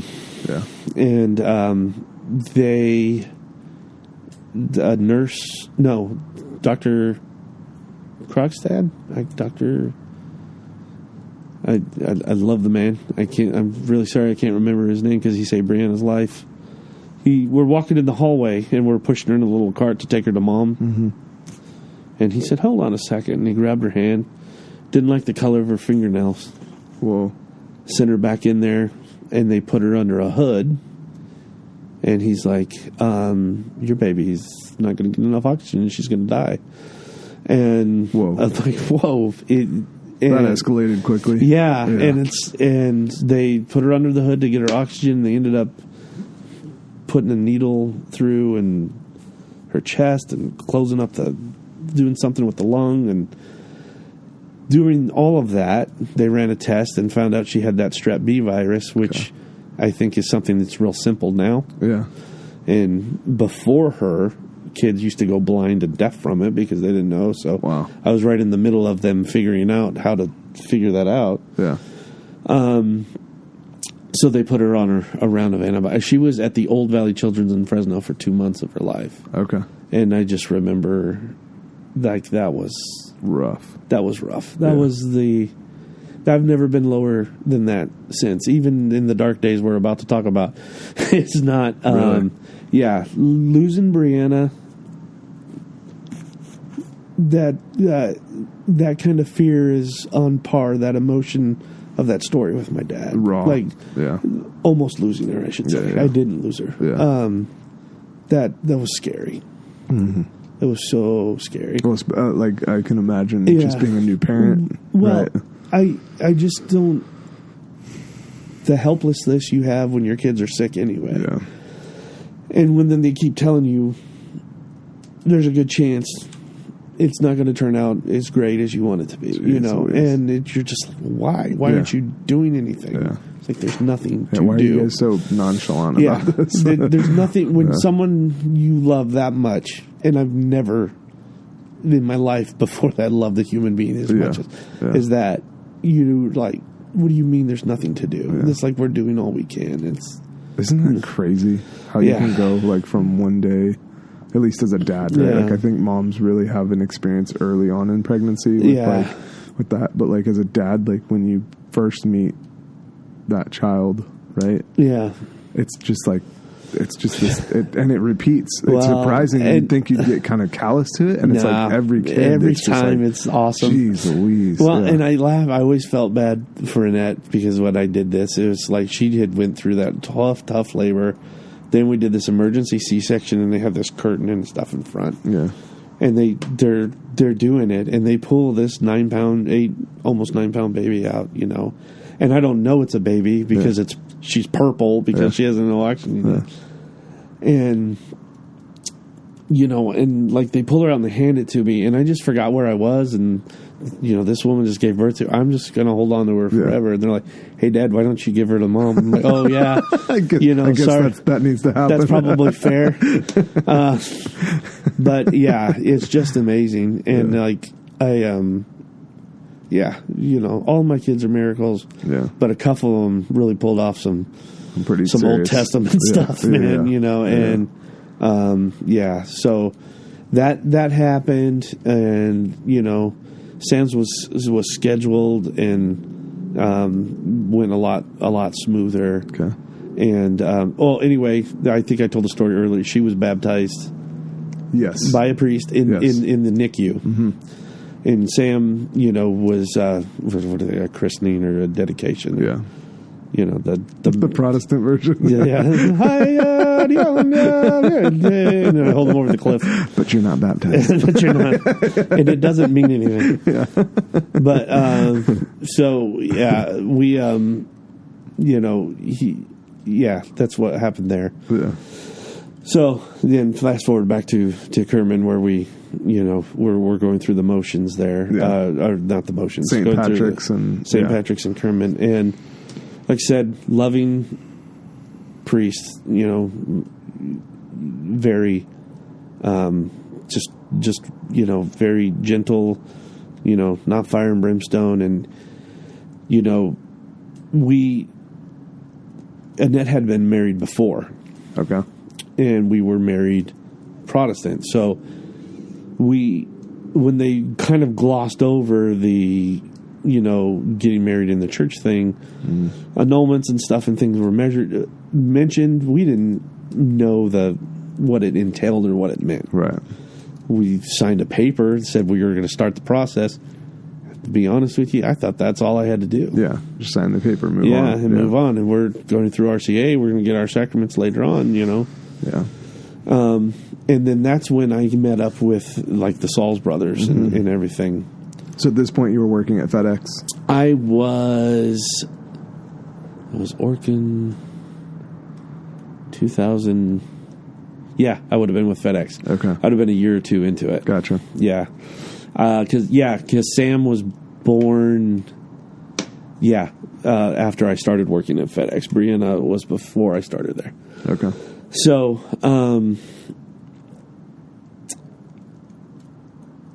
anyway, we were at St. Patrick's. We're going through RCIA. There was a person in the RCIA group. So the priest ended up leaving. Okay. While you guys were in the process. While we were in the process. Okay. But like I said, we never even talked about it again. Right. You know? We're just going along thinking everything's fine. Hunky-dory. Yeah. And we got a priest who was removed from his old place and moved here, I think, to his chagrin. Like, he wasn't real happy. He was not. He was resistant versus receptive. To where it was, like, vocal in his homily. He's like, gotcha. I know you don't want me here because you love the last guy. Let me tell you something. I don't want to be here either. Yeah. You know, and it's like, wow, okay. Awesome. Love you too, bro. Like, gather your people. You know, they start singing, everyone. You know, it's... and it's like, okay. And so someone in the group had a real problem with us, and we didn't know it, in the RCIA group. And went and told him, that we're doing this. But kind of, I think, I don't know. This is my 2 cents. My 2 cents. Yeah. Made it sound like we were trying to pull one fast one, skirt the system, and get by on. And didn't go over well with him. Did not go over well with him. And he laid into a net when I wasn't there. Oh, jeez. And it devastated her. Yeah. It broke her heart. Yeah. And she came home and told me what happened. And I was confused. I didn't know what was going on. Yeah. I was really mad. Yeah. And I went down to the rectory and I was beating on the door like I was hanging my thesis. And I had like my catechism and the Bible in my hand, like I'm going to go tell this priest how wrong he is or something, I guess. I don't know what's going on. And like I said, I was just starting like the men's group thing. The road back. Yeah. So I'm hanging out with the Sauls. You're still wet behind the ears. Wet behind the ears. And I'm laying into this priest, and I think he started... did he come out? Yeah, he let me in. Yeah. And he's starting to put together, like, you didn't know. Yeah. Okay. Like, I could see it in his eyes. Yeah. And I'm mad. Yeah. And I can see in his eyes, like, there's a flood of understanding there. Yeah. And I'm like, oh boy. Yeah. Okay. So I'm like, okay, settle down, Matt, and still a bit hostile, and we were talking it out, and he's like, look, sounds like we need to figure out where this thing's at. Yeah. Yeah. What the action plan is. And I'm like, forward. I signed the paper. What do you mean? Where's it at? Yeah. And so I, went and I talked to Pat Sauls and my men's group and stuff about it. Tim Hawley was in there. I don't know if you know him. No, doesn't ring a bell. He lives in St. Louis now, but he's big in my faith too. Okay. And very, very gentle, very with charity. Yeah. These guys explained to me what was going on. Yeah. So they were doing a really good job of like... They were doing what other people are supposed to do probably 2 years before, or a year before that, yeah. And I was like, oh, man, well, and of course none of them have been through the annulment process. Yeah. They don't know what it entails. They just know it is part of the process. Right. And shortly after mine was completed, which it took a long time, Pope Benedict reformed it. And it made it a lot shorter. So I was one of the last ones under the long form. He like streamlined it a little. Streamlined it, yeah. Okay. He didn't, it's still valid and everything, but so it probably was antiquated. The process was just antiquated. Well, and I think there was probably a reason they did it, because people were probably trying to cheat the system. Yeah. You basically, back then, and I don't know if it's changed now, it's streamlined, but you had to do it twice. There was a tribunal. They took witnesses. There was a period of time. It was an open case. Anyone can go in there and comment on it. Yeah. And then they come to a conclusion and say, yes, this is a valid, marriage, or it's not. Yeah. And then they would, do it again. A different set of people. Yeah. So this one is fairly cut and dry. This is my ex-wife's first marriage. It was, I think, at a courthouse. Okay. It should have been something pretty simple. Yeah. But it still took forever. So explain that. So they needed to get witnesses to her first marriage? Yeah. And then they have to interview, it's kind of, they interview the groom, the husband, they dig deep and all that stuff. So even though it wasn't a Catholic marriage? Yeah, they just got to do the due diligence, I mean, like I said, I don't know if that's still what goes on now or not. Yeah. But in your specific case, they were having to go back to the beginning. In that specific case, the fact that it was in a civil court, but I think now in the system that's the only checkbox you need. Yeah. It's not it wasn't a Catholic wedding. Yeah. It wasn't, you know what I mean? Yep. But like then they There's went through nothing sacramental about it, so we don't even need to. They went through the whole process anyway, and it caused a lot of pain, a lot of hurt. And so anyway, as we were going through that process, I was never able to explain. I was at a crossroads. Yeah. I couldn't explain it to my first wife in the sense I'm not doing it because I'm taking the church's side, or not the church's side, this mean man's side that jumped all over your case. Yeah. I'm doing it because this is the way God wants it. Yeah. And because I love you, and because I want our kids to have the example. And if I really do love you, then we got to do it this way. Yeah. For our souls. Yep. And for your soul. If I love your soul, this is what I have to do. Yep. It was, I don't think, ever really accepted that way. And along the way, we still had people who treated it a certain way. Okay. Not comparing myself to Joseph and the Holy Mother, but it's like, I'm sure it was similar. When they're like, oh, yeah, she's pregnant already and you got married yesterday, you know, that kind of... Yeah. Uh-huh. Yeah, that kind of like, it's small town, you know, and, you know, that was one, I love, you know, like I said, I love my upbringing, but man, that place was sometimes the small town stuff is hard, you know, and there's no secrets. Yeah. But, you know, and especially then you get into a smaller church community. It's over with. Magnify that. Yeah. It's like all the same people. So, that spirit of gossip really rears its head. So, it just led into a souring of the relationship, the marriage. Okay, between you and Annette. Yeah. Okay. And I was on fire. I was one with the Holy Ghost. Yeah. I just had faith that, you know, things were going to come around. Mm-hmm. And in that sense, I probably wasn't really attuned to what she was going through. Yeah. I was just like, well, we got to just move on. Well, I don't mean this in the way as mean as it sounds. I mean it in the sense that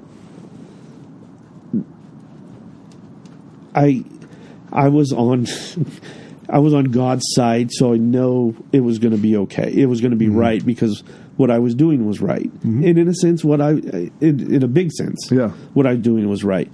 I was not, you know, receptive to the other idea of what was going on. Yeah. Regardless, bad decisions were made on both sides and on all that kind of thing.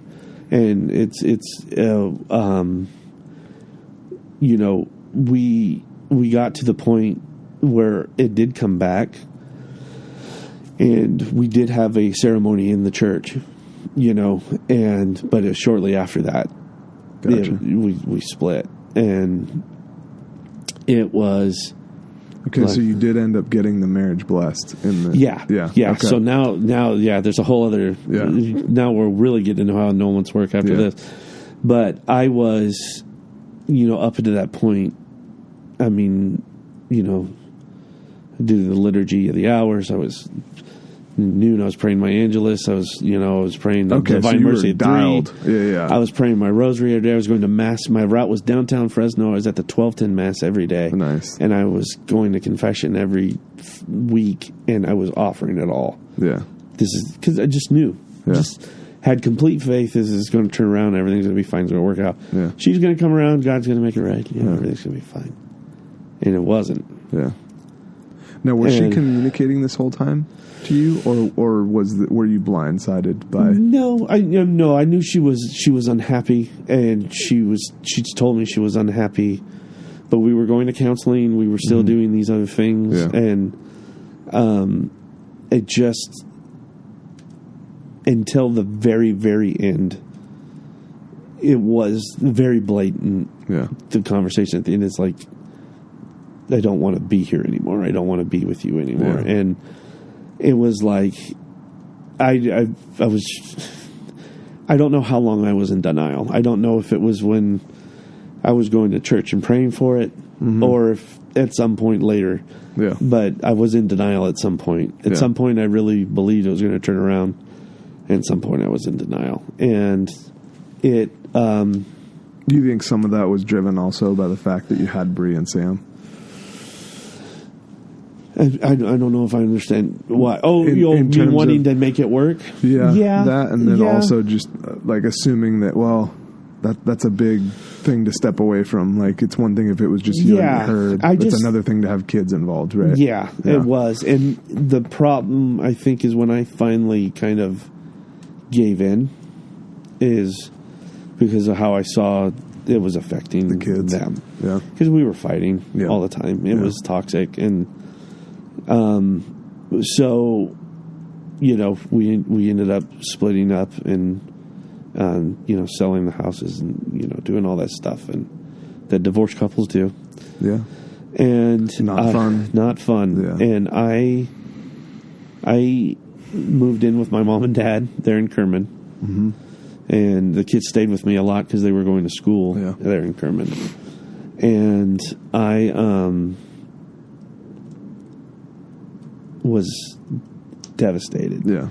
I couldn't believe it and got really angry at God. Like, I did everything right.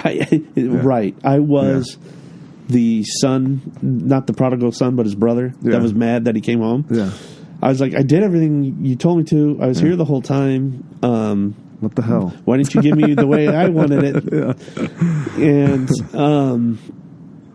so all of those things that I was clinging to because I knew it was the right thing and I was going to save my marriage and all this stuff. All those things that I truly believed in and believe in now. Yeah.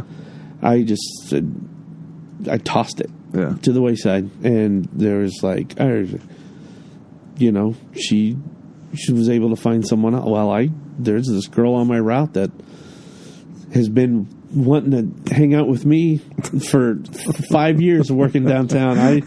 I just off with that ring and we're going to lunch the next day. You're like, what? And even part of me where you like to hear the other guy, the Hulk talk, like, it's like, dude, really? Yeah. Like, you just were willing to like sacrifice the world and do all that. Yeah. And the minute it doesn't go your way, watch it burn. Yeah. Minute it didn't go your way. Yeah. Nice job, you know. So, you know, got that a stinking relationship started like that, and it developed fast, and I was grieving. Yeah. I was a bad human being. Yeah. I just felt bad. I felt hurt. Yeah. And almost immediately was kind of like, I got to figure out a way to not be in this relationship, you know, because this person was a wonderful person too. Yeah. And they had people that they cared about that they're going to get hurt in this process or whatever else. Yeah.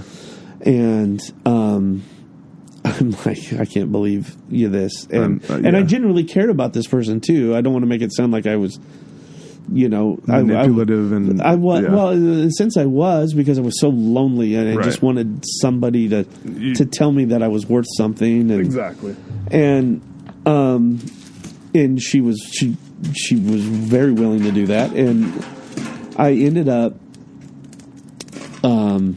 breaking it off finally. And I, you know, went to Rome. Oh. I started hanging out with Mike Mendoza. Okay. Started kind of getting back into the faith of things, you know, and he was going through a similar situation in his life. And I'm like, anyway, I had another friend that worked at FedEx who was actually discerning the priesthood. Beautiful. And I'm like, so do you ever think about, you know, we're big JP fans. He was right when he passed away, and Pope Benedict became Pope, and or Ratzinger became Pope Benedict. Sorry, and we were like, let's go, man, let's go to Rome, and we worked for FedEx. So at the time, you could do jump seat and interline travel with. It was still open for that, you know, so we got discount tickets or whatever. Yeah. I was able to go to Rome in 2005. Was it 2006 or 7 at that point? 2005 is when I got divorced, and this was a year or two later. And call it 2006, 2007. I think it was like $1,100 round trip. Yeah. Jeez. It was nuts. Like, that's awesome. And this is pre 9/11, or no, that's post 9/11, isn't it? Yeah, post 9/11.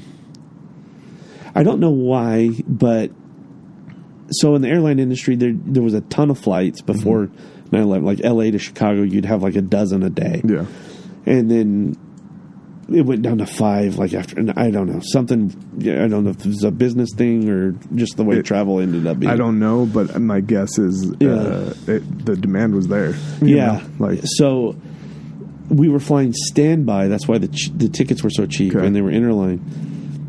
And so, like, I missed 2 flights out of LA to Chicago, and but the third one had seats, so you're great. Yeah. That's great because there's like 5 flights. Yeah. Chicago to Rome, there's only one. So you're waiting for a while. So if you miss that one, you know. Yeah. And one every day? Yeah, it was like one every day, yeah.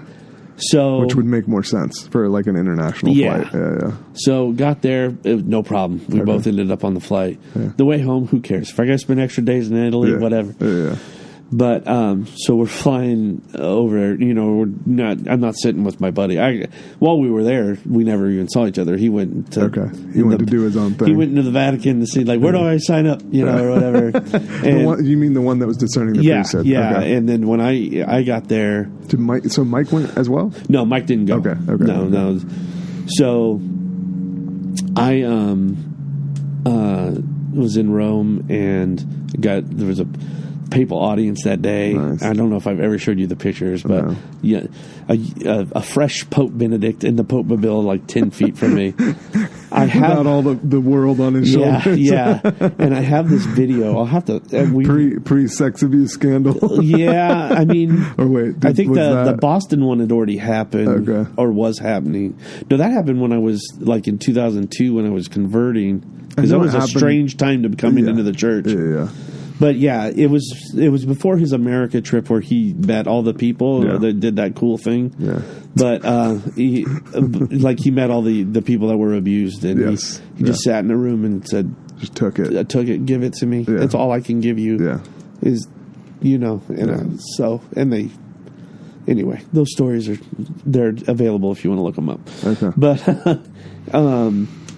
so he's driving by in the Pope Mobile and waving, and I got him looking directly in the camera and waving, right? I'm like from me to you. Yeah, that's so insane. People at home, that's like 5 feet, 6 feet. And I'm like, you can hear me going, oh my God, this is so awesome. And I'm standing on a chair. People come rushing up to the velvet rope, right? And I'm standing on a chair. You see me get knocked out of the chair and fall to St. Peter's Square. Yeah. It's cobblestone, not real soft. Yeah. But anyway, then visited the St. Peter's, the Pietà, the catacombs where John Paul II was buried. Where a bunch of other saints are buried. A bunch of other saints are buried. Yeah, all the popes are in the catacombs, and then there's, I can't remember, John the 23rd is an incorruptible, and he's on the top. That was crazy. That's nuts. The incorruptibles were nuts. And there was a few up there. And I'm just like, all right, I'm getting it back. I'm starting to feel it. I'm starting to get it back. And I went to confession there. Okay. And it's cool because the booths are these ornate wooden, like wardrobe closet looking things. Hand carved, and most of them. And then these little slats of, says English, French, Dutch, like whatever, wherever you're visiting from. Yeah. So I go to confession and I lay it all out there. I'm like, this is what's going on. This is what's going on. I don't know if you've ever seen The Godfather Part 3. I have. So which part are we talking about? When he goes to confession and he tells him he killed his brother and all that stuff. Yes. And the cardinal's like, your sins are horrible. Is that what the priest did to you? It was such a great moment of grace. Oh man, that's the priest was like, "Excuse me." Yeah. So I told him, what had happened and my sins through that. Yeah. Then I started these other relationships after that, and just gave it all away and did all this and blah blah blah. And there was just this deep breathing, this, and I don't know, everything's condemnation when you feel that way. You're like, oh. Yeah. Perdition is waiting. But he was like, it's just time, son. It's just time. It's time to knock it off and come home. Oh, wow. Like, what? Yeah. And, I'm like, all right, I think I am. Yeah. And then I went right to Mass to one of the side chapels. Nice. And beautiful. It was beautiful. And spent another 7-8 days wandering around the eternal city of Rome and seeing the Colosseum and the Pantheon and all that stuff. And I always made it back to St. Peter's. Nice. And was some priests out in the courtyard. I went to confession with them. They're all in their robes, and there's like it's like a beginning of a joke. It was like a Dominican, a Franciscan, and a Jesuit are enjoying a bottle of wine in St. Peter's Square. Which one do you pick for confession? And like I'm just like looking, and they're like, "Are you from America?" And I'm like, yeah, and like, oh, and we heard you talking to so and so, and they told me where they were from. They were all from different parts of Europe. Okay. And I'm sure it was a Jesuit, probably showed up with a bottle of wine. And they just started drinking with each other. And I'm like, so I had a glass of wine with these three priests, and it was like... All from different parts of Europe? All from different parts of Europe. That's so cool. Yeah, and it was just, it was everything I needed at the moment. Yeah. And... It was a real moment. It was a real moment, yeah. And because they're not in their role to what we talked about that earlier. Thing of these guys are people too, and so I sat there and I talked to them for 2 hours. We just sat in the courtyard. That's cool.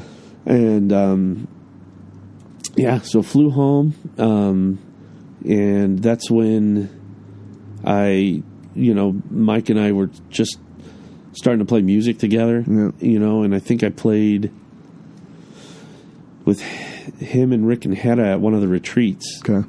And then... Like a Three Rivers? Like a Three Rivers, yeah. And so I was doing that off and on for a little bit, and then when you guys needed a replacement, I was able to fill in. Nice. And that started that part of it, which was like wild in and of itself. Too. Yeah, well, it was, man. But it was it was exactly what I needed to. Yeah. It was. Every Christmas, I think about the nativity scene where we hid from Sue. If we have I forgot about that. We have a life-size nativity scene at Holy Spirit, and there's all kinds of it's when the three wise men, the shepherd, all the people are there. There's a ton of statues. And they're literally life-size. Yeah. And Sue was always late or something like that. And so I'm going to take credit. I think it was my idea.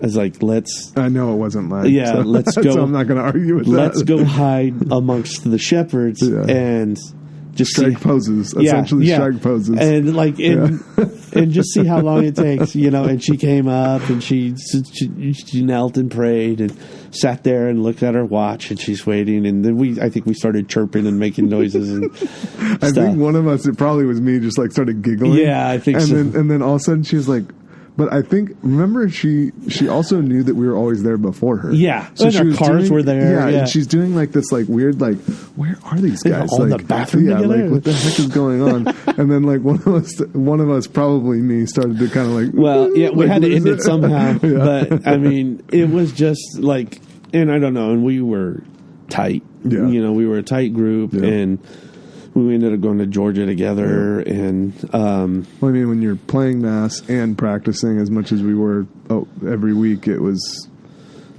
So it forces that relationship. It wasn't John Michael Thomas or the man who did the retreat out there. It was supposed to be Matt Maher, and it ended up being Michael John Portier. Yes. So good memory. Well, I forgot that Matt actually didn't. Yeah, he didn't end up going, and he played in Kerman when I was a kid. When I said my sister and I played there, we played with him. No way. Like, and my sister told us after the retreat. Like, I didn't realize it. Then she remembered. It, and she gave me this music book that she bought, and he autographed it, and he said, cool. "You guys are awesome. God bless you," and all this kind of stuff. He was super. I loved him. He was great. So I saw it when I was cleaning out my garage years late, not too long ago. Okay. So I took a picture of it. I'm his friend on Facebook or something, and I DM'd him. Nice. And I said, "Hey, just in case you forgot about St. Patrick's or whatever, so long ago, found this in my garage." And he goes, "Man, talk about a blast from," like he responded, talk about a blast from the past. Thanks for sending.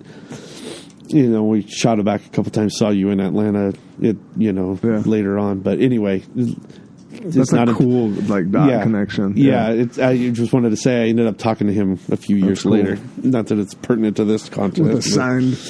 Yeah, I got a signed music book from Michael. Yeah, Michael Poirier. John Michael Poirier. Yeah, but that was super fun. Like, I just remember we didn't play a note at that thing. Yeah. And it was all about, and everyone was like, "Man, you guys are just connected, huh?" Yeah. And we never. I don't think I picked up a guitar or anything. And no, none of us ever played because one, we couldn't, when we flew, we couldn't bring instruments. Yeah, that's true. And so that was it. There were instruments there, but it was one of those things where everyone's musicians, and so it was a weird thing to be like, "Hey, can I borrow your guitar?" Yeah. Or, "Hey, can I?" Yeah, it's just like, no, we're not doing it. It turned into everything was like a jam session, yes. and it was a lot more magical than that, the stuff that we do. I think the intent, from what I recall, I'm kicking myself that I actually never took notes on anything that we that we went to. I was sitting there thinking about it. I'm like struggling. I mean, I know we did some adoration and there was some powerful stuff there, and I remember we had to tell a joke, and of course that was my job, right? So, bring the levity. And it's like introduce yourself and tell a funny anecdote or whatever. Matt's the validation still continuing. Yeah. Like, gosh, get up and dance for us, Matt. But I remember the joke because I was like, what? Now I say I remember. It was like, "Hi, we're from Holy Spirit Church in Fresno, California. Sorry, we don't really have an anecdote, but it takes all our sense of humor just to live in Fresno." and I was like, "There we go." And then like Michael, he defends. He goes, "Oh, you have Bishop Steinbach. You have a wonderful city." And it's like, "Oh, thank you, sir." Yeah, it's supposed to be funny and sarcastic. Yeah. But so that was wonderful. I mean, still, and to this day, friendships still. Yeah. And then, after that, was residing to the fact I was in the middle of another annulment now of my own. This is a third. Well, you weren't technically part of the first. Yeah. So this is the second. This is the second one. Yeah. So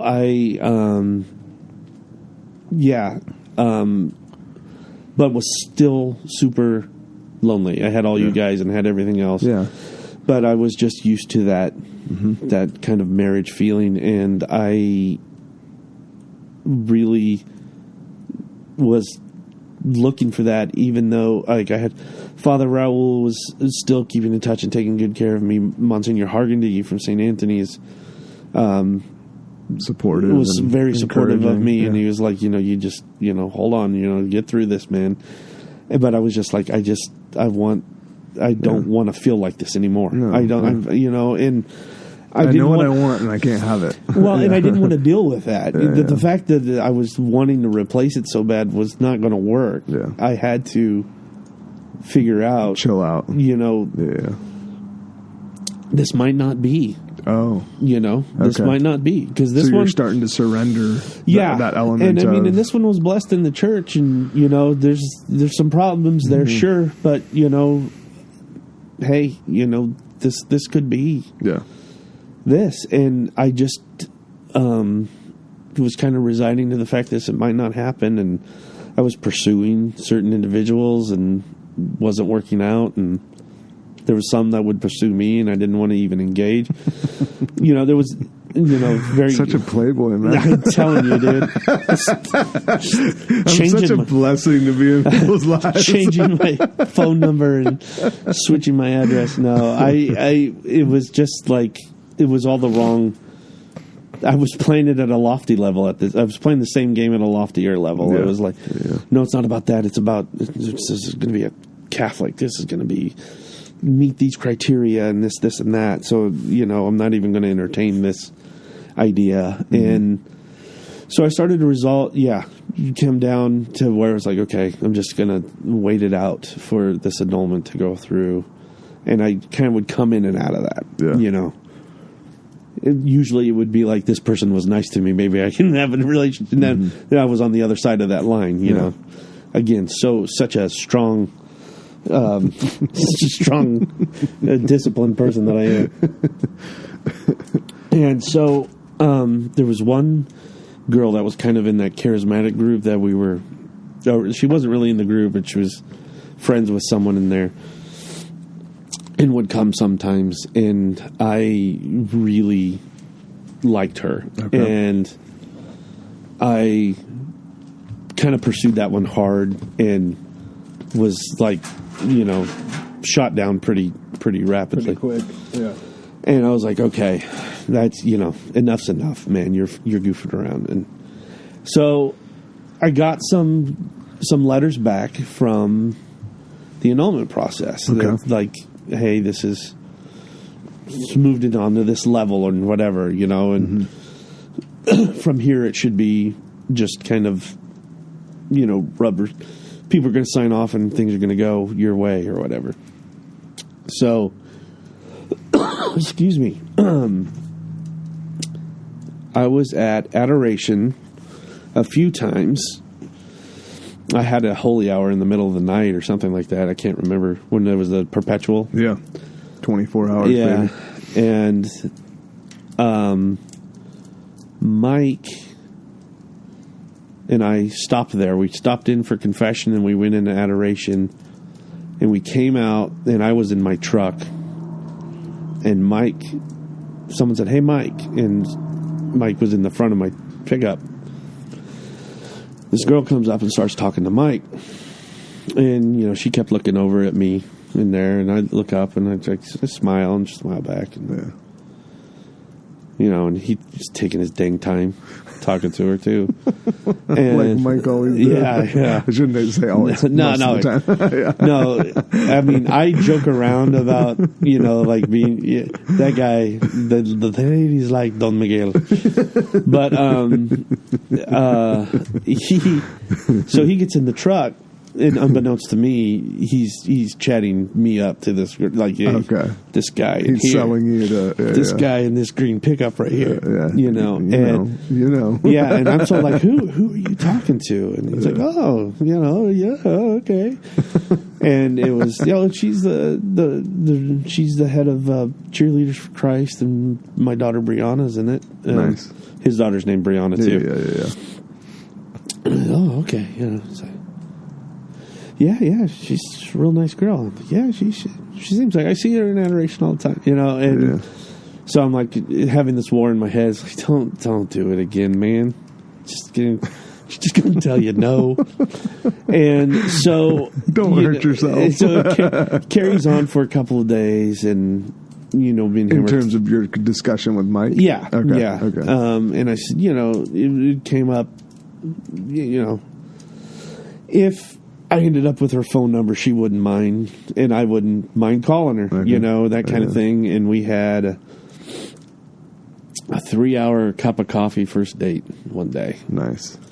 And that's a good sign. Yeah, it was. Yeah. And we talked faith. We talked a lot of things. And I was just was enamored. was that organic, or did you guys come with like a set of questions for each other? You know, I think, just excited to be on the other side of a table from her. Yeah. And she's generally a very reserved person, you know that. But it wasn't like that. Yeah. We talked, she smiled, she laughed at my jokes, which I appreciate. It's hard to get her to do it now. So she must be real sweet to me then.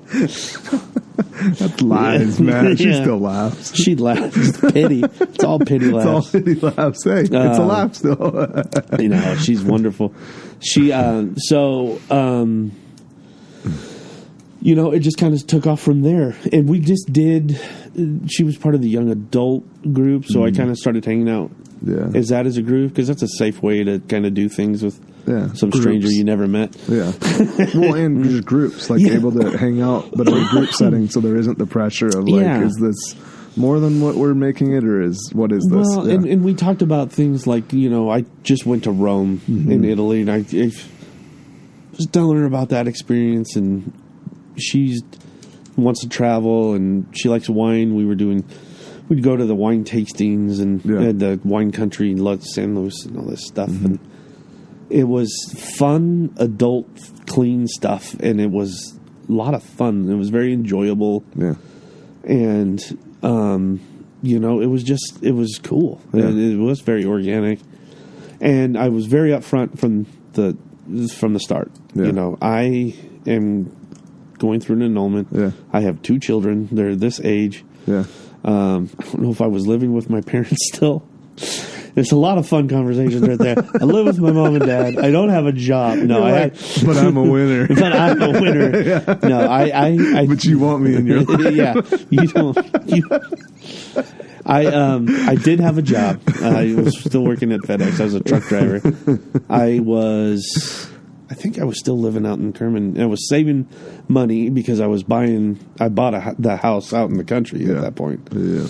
Right shortly after that. And so it was, so she knew about it, and I was like, you know, so we'll just take this for what it's worth. We'll go with it. And it's this dang thing with the annulment. It made it through the first process. Okay.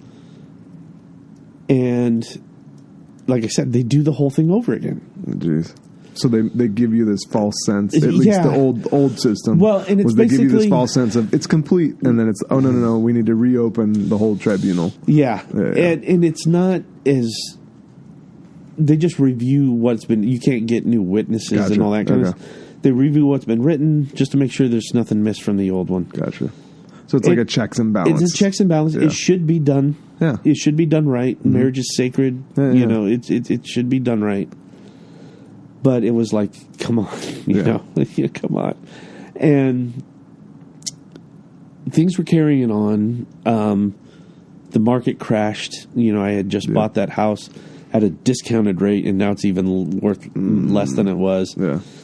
And it's like, what do I do with this here? You know, like keep throwing money at it, or, you know, wait it out. And so, you know, she's, you know, probably trying to decide is it worth this financial situation, you know. He's still got this kind of going on, you know, and we're really, it boils down to is like, how long are we going to do this? We're going to get really attached to each other. You know, and I knew this at what cost? At what cost am I going to do this at the end? You know, I've already, like I said, had that relationship right afterward where you're hurting people. Yeah. And I knew that was going to happen. Yeah. And what am I doing this again for? Because I'm so selfish and lonely. Right. And even though I think your intentions were still good, you're still questioning the motive, right? Yeah, yeah. And so we're talking about it. We're on the same page. And there's a conversation right there in front of us neither of us want to have. Yeah. And she goes and asks, well, I think she talked to a priest about it. And he, I mean, in all right words, he's not available. Yeah. And we're having this conversation, and I'm like, okay, you know, or we're about to have it. We could both feel it. I mean, God bless that priest for giving her sound, like at that point in time, it was sound counsel. It still is, yeah. And so the next day, so granted, like we haven't had that conversation, but we, like I said, the tension is there. The tension's there. Yeah. And the next day, I get a letter in the mail at my parents' house. Okay. In Kerman, and she goes, Matthew, my mom calls, Matthew, you got a letter from the diocese. And I go, okay. And, like, I don't know why she's so excited about it. You're like, you didn't open it, right, Mom? And I'm like, well, I kind of think I know what it is. And I go, she goes, do you want me to open it and read it to you? I'm like, yeah, why don't you open it and read it to me? And it's like, you know, Diocese Fresno has found, the second tribunal has found the findings of the first tribunal. Therefore, henceforth, in these days forward, death ignis magnum magna. And I'm like, good Lord, yes or no? And it's like, yes. They said yes. And I'm like, thank you. I have a phone call to make. She goes, yeah, you do. So my mom knew. My mom knew the tension too. You know. Yeah. So I called Stacy and I told her what was going on, and she told me what Monsignor had just told her, and. She goes, I'm really... So that was Monsignor Hargendig? It was Monsignor Cotta, I think, that had told that. And we... That's not surprising. No, he's solid, man. He's solid and not afraid to tell you what you don't want to hear. But that's good. You need them to be that way. Yep. And... In a gentle, compassionate... Yeah, no, it was full of charity. Still the truth. Yeah, right? And thank God you did, because when you go on another 2 years and they say you're not going to be able to get married, you're going to... Yeah. Same thing. You're going to leave and do it the wrong way. And anyway, we were both very happy. She was very happy that we had that happen. I think I proposed sometime after that. I must have, but I can't remember. I was going to say, well, you're married. Yeah, so I can't remember. I'm trying to remember what the timelines are, but it wasn't too far after that. No, it wasn't too far. I think.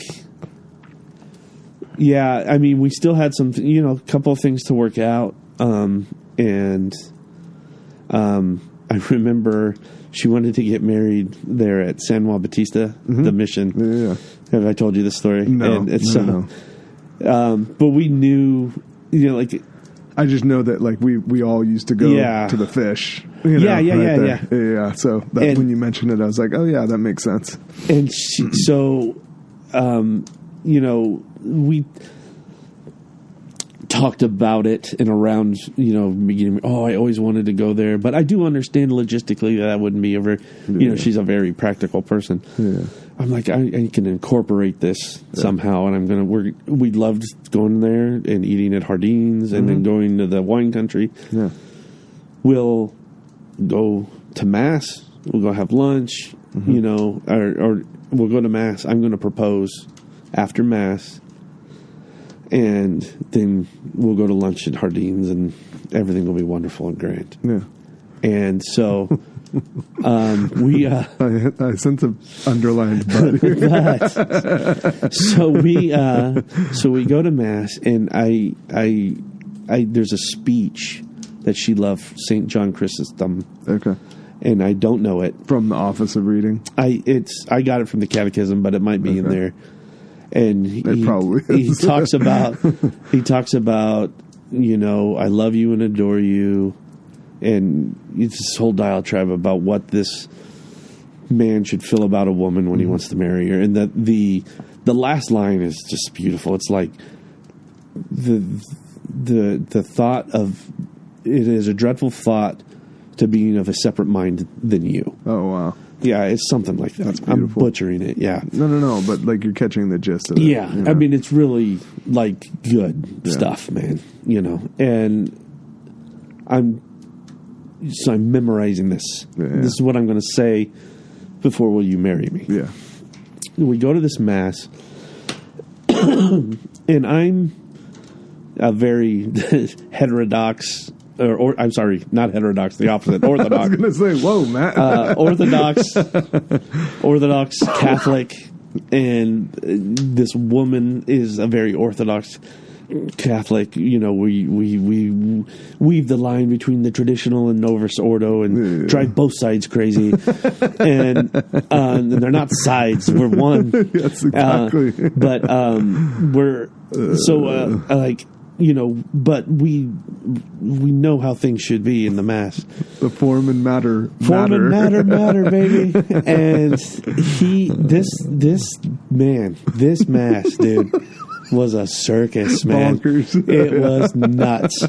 I don't think there was liturgical dancing, but that might have improved it. Just shy. Yeah. So they're like strutting their way up to the altar. Mm-hmm.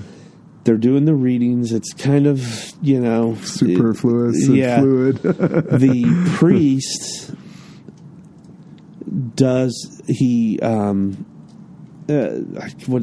he's trying to paraphrase or read the gospel from memory in front of the altar down there, and he's explaining it. He's talking it through it. He's not reading it. So he's not actually doing the gospel. No. He's not reading the word of God. Yeah, no. And we're he's butchering it. I'm looking at her. I'm like, is he just doing the homily now? Or like, what's going on? And Stacy's like, I don't know what's going on.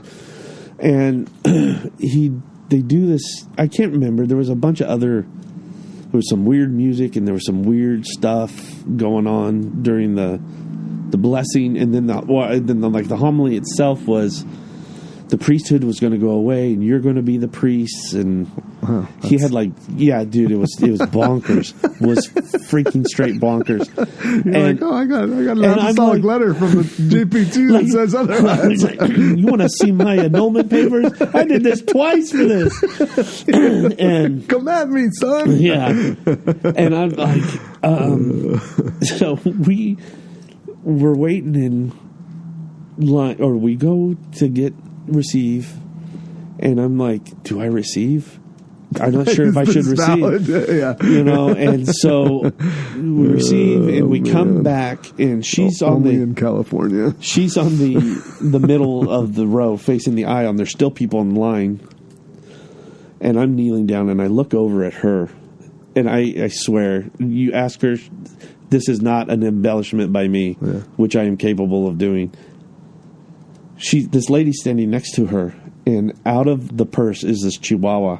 Stands up and looks at Stacy right in the face, and she ducks her head. Oh gosh! And I thought she was crying. Okay. I thought it's just this broke her. Reached the moment. can't go any further. I'm like, so I'm holding the ring going. And I don't know if you know, I don't want to. I don't mean this in a mean way, and I hope Stacy doesn't mind me saying this, but she's a very an aware person. Mm-hmm. She's aware of everything going on. Something like that happens. I'm laughing about it. I don't really think twice about it. I'm not saying she's going to say, "Oh, this is a sign." Yeah. I shouldn't be with this guy. Right. God is telling me the dog came out of the purse. The dog came out of the purse. You should have started talking. Don't do it. Say no. You cannot talk conmigo. Run for your life. I am Chihuahua. I am Chihuahua. I was sent by the angel Gabriel to tell you, don't do it. So I'm just worried. She's like, no. It's a magic 8-ball. All signs point to no, right? So I'm thinking she's crying because they've just desecrated the Lord in this thing, and this chihuahua. She's with this freaking dog, dude. Oh my god! So she just looks over at me and she's laughing. She's laughing can you believe this is going on? And I'm like, okay. So I'm kneeling. I scoot in close to her. I'm just for a minute, just forget all of this happened. Okay. Yeah. She's like, okay, and I fumble through that speech. And the ring. I did a better job of paraphrasing it than Father did with the gospel. I was going to say, well, at least it's not the word of God that you're trying to paraphrase. Yeah, exactly. I stumble through it. I bring the ring out. She says yes. And, it was just awesome. And she's just awesome. Yeah. My life, the first part of our marriage and life is just, it's not always, it's been kind of hard sometimes. Yeah. We've been attacked a lot, and she's so resilient, and she's stuck with me, and I love her so much. Yeah. But she, I remember it was your mother-in-law. We were talking when it was at the Radisson, so it must have been the Marian Conference. Yeah. And she's always been rooting for me. Big fan. Yeah. St. Raphael, and we've all had that special relationship. Yeah. And we were talking about it one day. It's like, it's different than I thought. I'm happy. I love it. But, man, it's different, And she goes, well, how old are you? And I was a lot younger back then. I was in my 30s, however old I was. And she goes, oh, yeah, you're set in your ways. Your guys are going to have to work through that. She said that? Yeah. She goes, you guys are used to doing things without having other people's opinions. Yeah. Really. Yep. And that's kind of a big deal. It's different when you're younger. Mm-hmm. And well, I think Rick said it really well. How like the concept of building something together, right? Versus you guys, again, established. It's God's design. It's a beautiful thing, but it's harder because you've both established, right? Like in your respective lives. Yeah, I laugh just because now we weren't supposed to be able to have kids. Gotcha. And Dr. Keenan Kerr, that's helped so many people here in the valley, and has worked with Stacy for a long time. Is always told her, like, you are I need you to be my model to show these people my missionary. And it's just amazing. Like, Tobias is this statistic anomaly, that, and then we have two more beautiful kids after that, and just so, I didn't realize. So it was a hard, you were told, that this isn't ever going to happen. There was just medically, biologically, there's things you could do, medications, and there's a whole Catholic, way of doing that, and we were going to go down that road. We were going to adopt. We were talking about those things, and it was we would go to Mass all the time, and I would always just say a prayer over her womb, and it was it just. I'm not saying it was me. I'm just saying one day it just, you were intercessing. Yeah, right? We were let's work this out, and and plus the stuff that her and the doctor have done before, I'm sure had a lot to do with it too. God's design is amazing, and you work with it, and it does amazing things. Well, it's amazing. I don't know if I've shared this with you outside of obviously this conversation, but my brother Luke and his wife Vanessa have this powerful story where she was told basically the same thing. Yeah. And they now have 8 kids. Yep. You know what I'm saying? And it was literally, but they were told scientifically, if you're able to conceive and bear 2 full term, it will basically clear out. I forget what it's called medically, but it will clear out basically.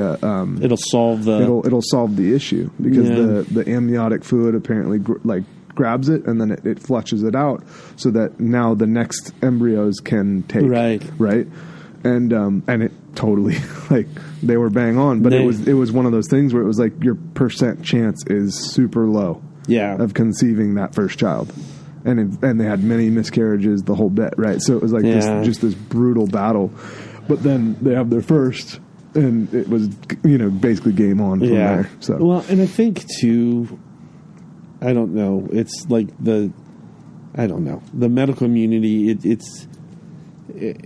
it's promote less children. It's do less. Yeah. If there's any complications, don't even bother. Yep. I remember we had dinner with Mike and Vicky Evangelo one night, and I think she was pregnant with Toby. They want to do the tests for, Down syndrome. Or well, the Down syndrome, where they do yeah. where they poke the baby's head in. And it's like, those things are nice to know if you need to prepare your household for something like that. Yeah. They always put it in the context of, well, we need to do this soon in case you want to do anything about it. I'm like, well, what am I going to do about it? Yeah. Can you elaborate? Yeah, because I can't. You can't change if there's anything in the womb. I mean, what do you? And it's like, it's always just geared to. If there's the slightest little curveball, let's do this. Anyway, having dinner with Mike and Vicky, they were the same thing. They told her that she could only have this after a cesarean or this. And, they keep telling you if there's something wrong with your baby, with your baby. And something that stuck with me that Mike said, and we were just kidding, and you laugh and you go, we all have something wrong with us. Yeah. Like at what point, like, are you just gonna bail out the first sign of Yeah. Ooh, his nose is a little more Roman than I was expecting. He's one of those guys where his pointer toe is longer than his big toe. He'll never be able to wear flip flops. It's like, come on, his man. Pointer toe. Yeah. So awesome. I don't know, man. So it's that's an awesome story. Thank you for sharing it. Yeah. No. So present, what's going on in life at present? Well, right now, I've been at the new job for almost a year now. Okay. So we're very, I work for some tremendous people, and it's awesome. I was in a very corporate place for a long time, and to work for a family, with this kind of faith integrity and moral integrity, and to be able to be part of something that I can help with, and I want to see successful. Like I always work hard. That part was never a problem, but I feel like I have skin in this game, and I want to be successful. I want them to be.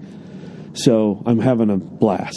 Cool. I really am. Good. And it's nothing like fun at work. Yeah, I mean, well, it's fun, but it's fun in this. It's hard times and serious times too. But it's stuff worth doing. Yeah. It's like that. Like I said, the making sense out of suffering. Suffering's part of all of it. Yeah. And you're just going to be better for it. And we're making strides, and I'm learning a lot. And like I said, I adore this family. Yeah. That I'm working for, and and they've treated me very well, and my family too. That's awesome. I would really love some interest rates to come down, so I could take a little bit of money out on that house. And my house is like, when I was joking around about the morning chaos, I have a lot to do there. We got to get out to this side of town anyway, because all of you guys are out here. But I need to rip out some trees. I need to fix some things, and I'm not going to do it at 9%. Nope.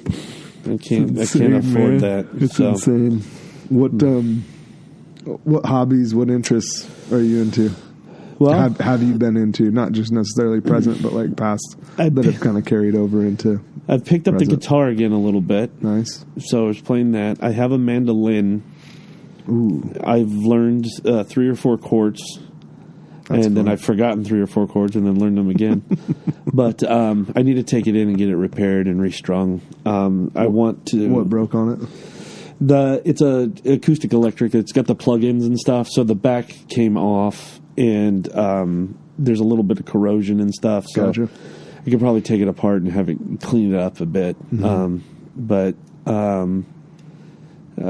So that the kids are in everything. Troops of St. George, yep, of course, has gotten me. I'm trying to hold my title as world's worst fisherman. You know, you have to try to do that. Yeah, you got to work at it. You can't just not go fishing. You got to go and fail.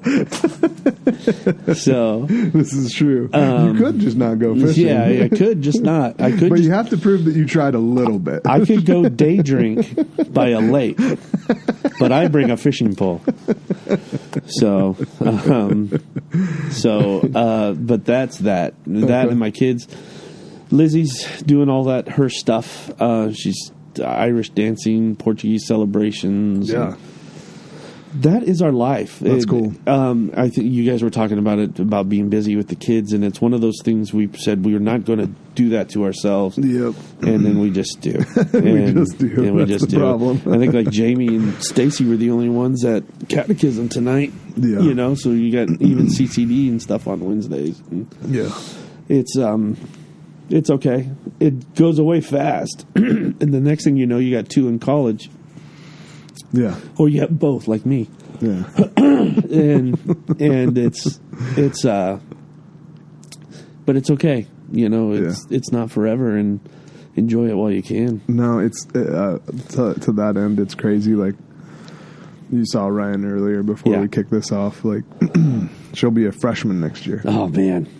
Oh, good. I can tell that story now too. I was talking to Eli and Jamie before we started recording, and Ryan came out to say hello. And so on Stacy and I's honeymoon, we went to Ireland, and in Kilmacthomas, County Kerry, there is a small church. I believe it's Our Lady of Sorrows. And Stacy's grandmother was baptized in that parish. And I had gotten a text from you that Jamie was going into labor. Mm. And Stacy was at the front of the church in the vestibule or the foyer or whatever. She was looking for the phone number for the priest. Mm. And I went inside, and there was another lady in there who ended up leaving, and she was the one who talked to Stacy and found the phone number and everything. And so I'm looking at my phone, I'm reading your text message, and I reach in my pocket and I take out €1 and I buy a candle, and so that day that Jamie went to the hospital, there was a candle burning in Our Lady of Sorrows in Kilmacthomas for Ryan. It's beautiful. So, yeah. And I always think of that when I see her. That's so cool. You know, it's like, man, that's echo that, halfway around the world. So, yeah, if you don't get anything out of me, that prayer for her is echoing through eternity. So, well, it's working. Yeah, so far. Yeah, she's done pretty good. But she's a doll. She's lovely. So, where can people find you on the socials? They can't. You're not going to find me anywhere. You're taking my dad's stance. Yeah, you could. I mean, if you want to see pictures of my kids and videos of Troops of St. George camping trips and whatnot. Hey, those are all good things. I'm at Facebook is me, and then I am El Fuego Don Mateo on Instagram. I really like that handle, by the way. Yeah, I inherited that. Mike Mendoza gave me that. Okay. There is a documentary, Buena Vista Social Club. Okay.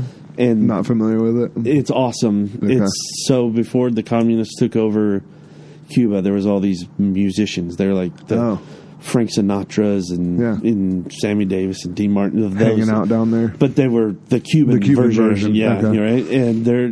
And they're tuxedos and Rolls Royces and singing Cuban jazz and all this stuff. You know? It's like death metal but with a saxophone. But Fibonacci. Yeah, the Fibonacci sequence. So then the communists took over, and they became these underground musicians. They're still awesome. Yeah. And this what's his name, Ry Cooter, the musician, and his son went down there, rounded these guys up, and did a documentary and played music with them. And then he opened this big club, the Buena Vista Social Hall. Okay. And did a concert with them. Dude. And that's epic. So it's awesome. Awesome soundtrack. Yeah. But there's this cat in there. His name is Compay Segundo. Compai Segundo. So, Okay. like the second accompaniment, like is what That's his name? That's his name. Like he's saying the harmony or something like that, I guess. And he's got a white suit, fedora, and a cigar. You know, it's like Big the as size your of a fist. Polish sausage. You know. And so the guy asked, "So Kompai, you know what? When did you start smoking? You know?" And he's in this apartment, and it's one of these little black and white TVs behind him, the click clack, and there's like a Buzz Lightyear from a Happy Meal sitting on top of it. It's surreal, surreal. And he's talking about collisions of two very different worlds. Yeah, and he never gives an answer in this show. That's he's like me. It's everything is long. There's no 2-word answer. Well, we'd have to go back to it. So he starts talking, and he goes, and he lights a cigar, and he's talking, and he goes, "When I was a boy, I used to visit my grandmother. She was dying, and she was 98 years old, and I was 3 years old, or 5 years, whatever he said, 5 years old. And she goes, Kompai, come to me. So I would run to her bedside. And she goes, oh, Kompai, light Nana cigar.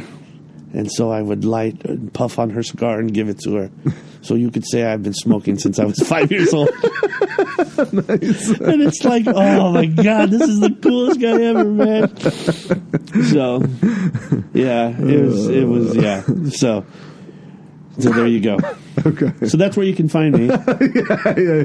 Instagram. Buena Vista. Social club. So somehow Kompai Segundo, my nickname became Güero Primero, Premier White Boy, and then El Fuego Don Mateo. Fuego Don Mateo. Which, going back to the original question, that's Matt's IG handle. Yeah. So you want to look at pictures of that of and Matt's me. circular response to questions. Yes. So Traeger photos, pictures of my kids. That's about it. All right. The floor is yours. What do you want to close out with? I just want to reiterate to anyone out there, like, catechize your kids if you believe in the Catholic faith and you believe in the sacraments, and these things are important to you. Make them important to your children. Tim Hawley, the guy I was talking about earlier, Pat Sauls, and those guys explained it best. Sin is messy. And even when you don't know it's sin. But sin is fun, like Rick said. Yeah. We'll do it for a long time, and we're comfortable in our chains. Yep. And if you don't want your kids to have to go through a lot of these things, explain to them early on, the marriage vow and what it means, and not just the fluffy outside stuff of it. I'm talking about how the church teaches it and how it's sacramental and how it is forever, and that could, be, if you separate, you're not able to be remarried again, not necessarily in that drastic a term, but that is the truth of it, that these things can be part of it. And, you'll be doing them a favor, to have that knowledge ahead of time. Yeah. Because suffering is just, it's, I mentioned in one of our pre-op things about books, Making Sense Out of Suffering by Peter Kreeft changed my life too. Is one of those things, where I couldn't understand why my marriage didn't work out, or my dad had to die, or these things. And all the other faith models in the world, I don't know, Buddhists and the way they, and it's covered in this book and how they deal with suffering. And some of it is remove desire and there will be no suffering, and all these other things. And Christianity's basically is embrace it. Christianity's is, it's there for a reason, because you've been separated by God, by a fallen nature, And suffering is the chasm that you're going to pass through to get back to Him. Bam. And how we do that is really up to how we prepare our children or ourselves. You know, if we meander into the sin and it takes farther to get back and through, it's more painful. Mm-hmm. If we keep them close, we'll be saving them a lot of trouble. Mm-hmm. And teach your children that. Teach your children that suffering's going to be there, but they can control the amount of it. Nice. And you know how to navigate through it. So I hope that was articulate. It felt like that was beautiful. Okay. No, that was profound. Yeah, thank you. Let's close out in prayer. Let's do it. In the name of the Father, and of the Son, and of the Holy Spirit. Lord, we thank you for this time. Thank you for the gift of Matt and his life story, the testament that it is. We know and trust that it will, even if it helps one soul, we know that that's all that this is for, is to help those that are feeling alone, like Matt shared in his own journey, that are feeling maybe ostracized, whether it's self-inflicted or unknown why they feel that way. We just pray that they would be impacted by this discussion. We ask all of this through the intercession of Mary. Hail Mary, full of grace, the Lord is with thee. Blessed art thou amongst women, and blessed is the fruit of thy womb, Jesus. Holy Mary, Mother of God, pray for us sinners, now and at the hour of our death. Amen. In the name of the Father, and of the Son, and of the Holy Spirit. Amen. Amen. Thanks, Matt. Thank you, man. God bless. I love you.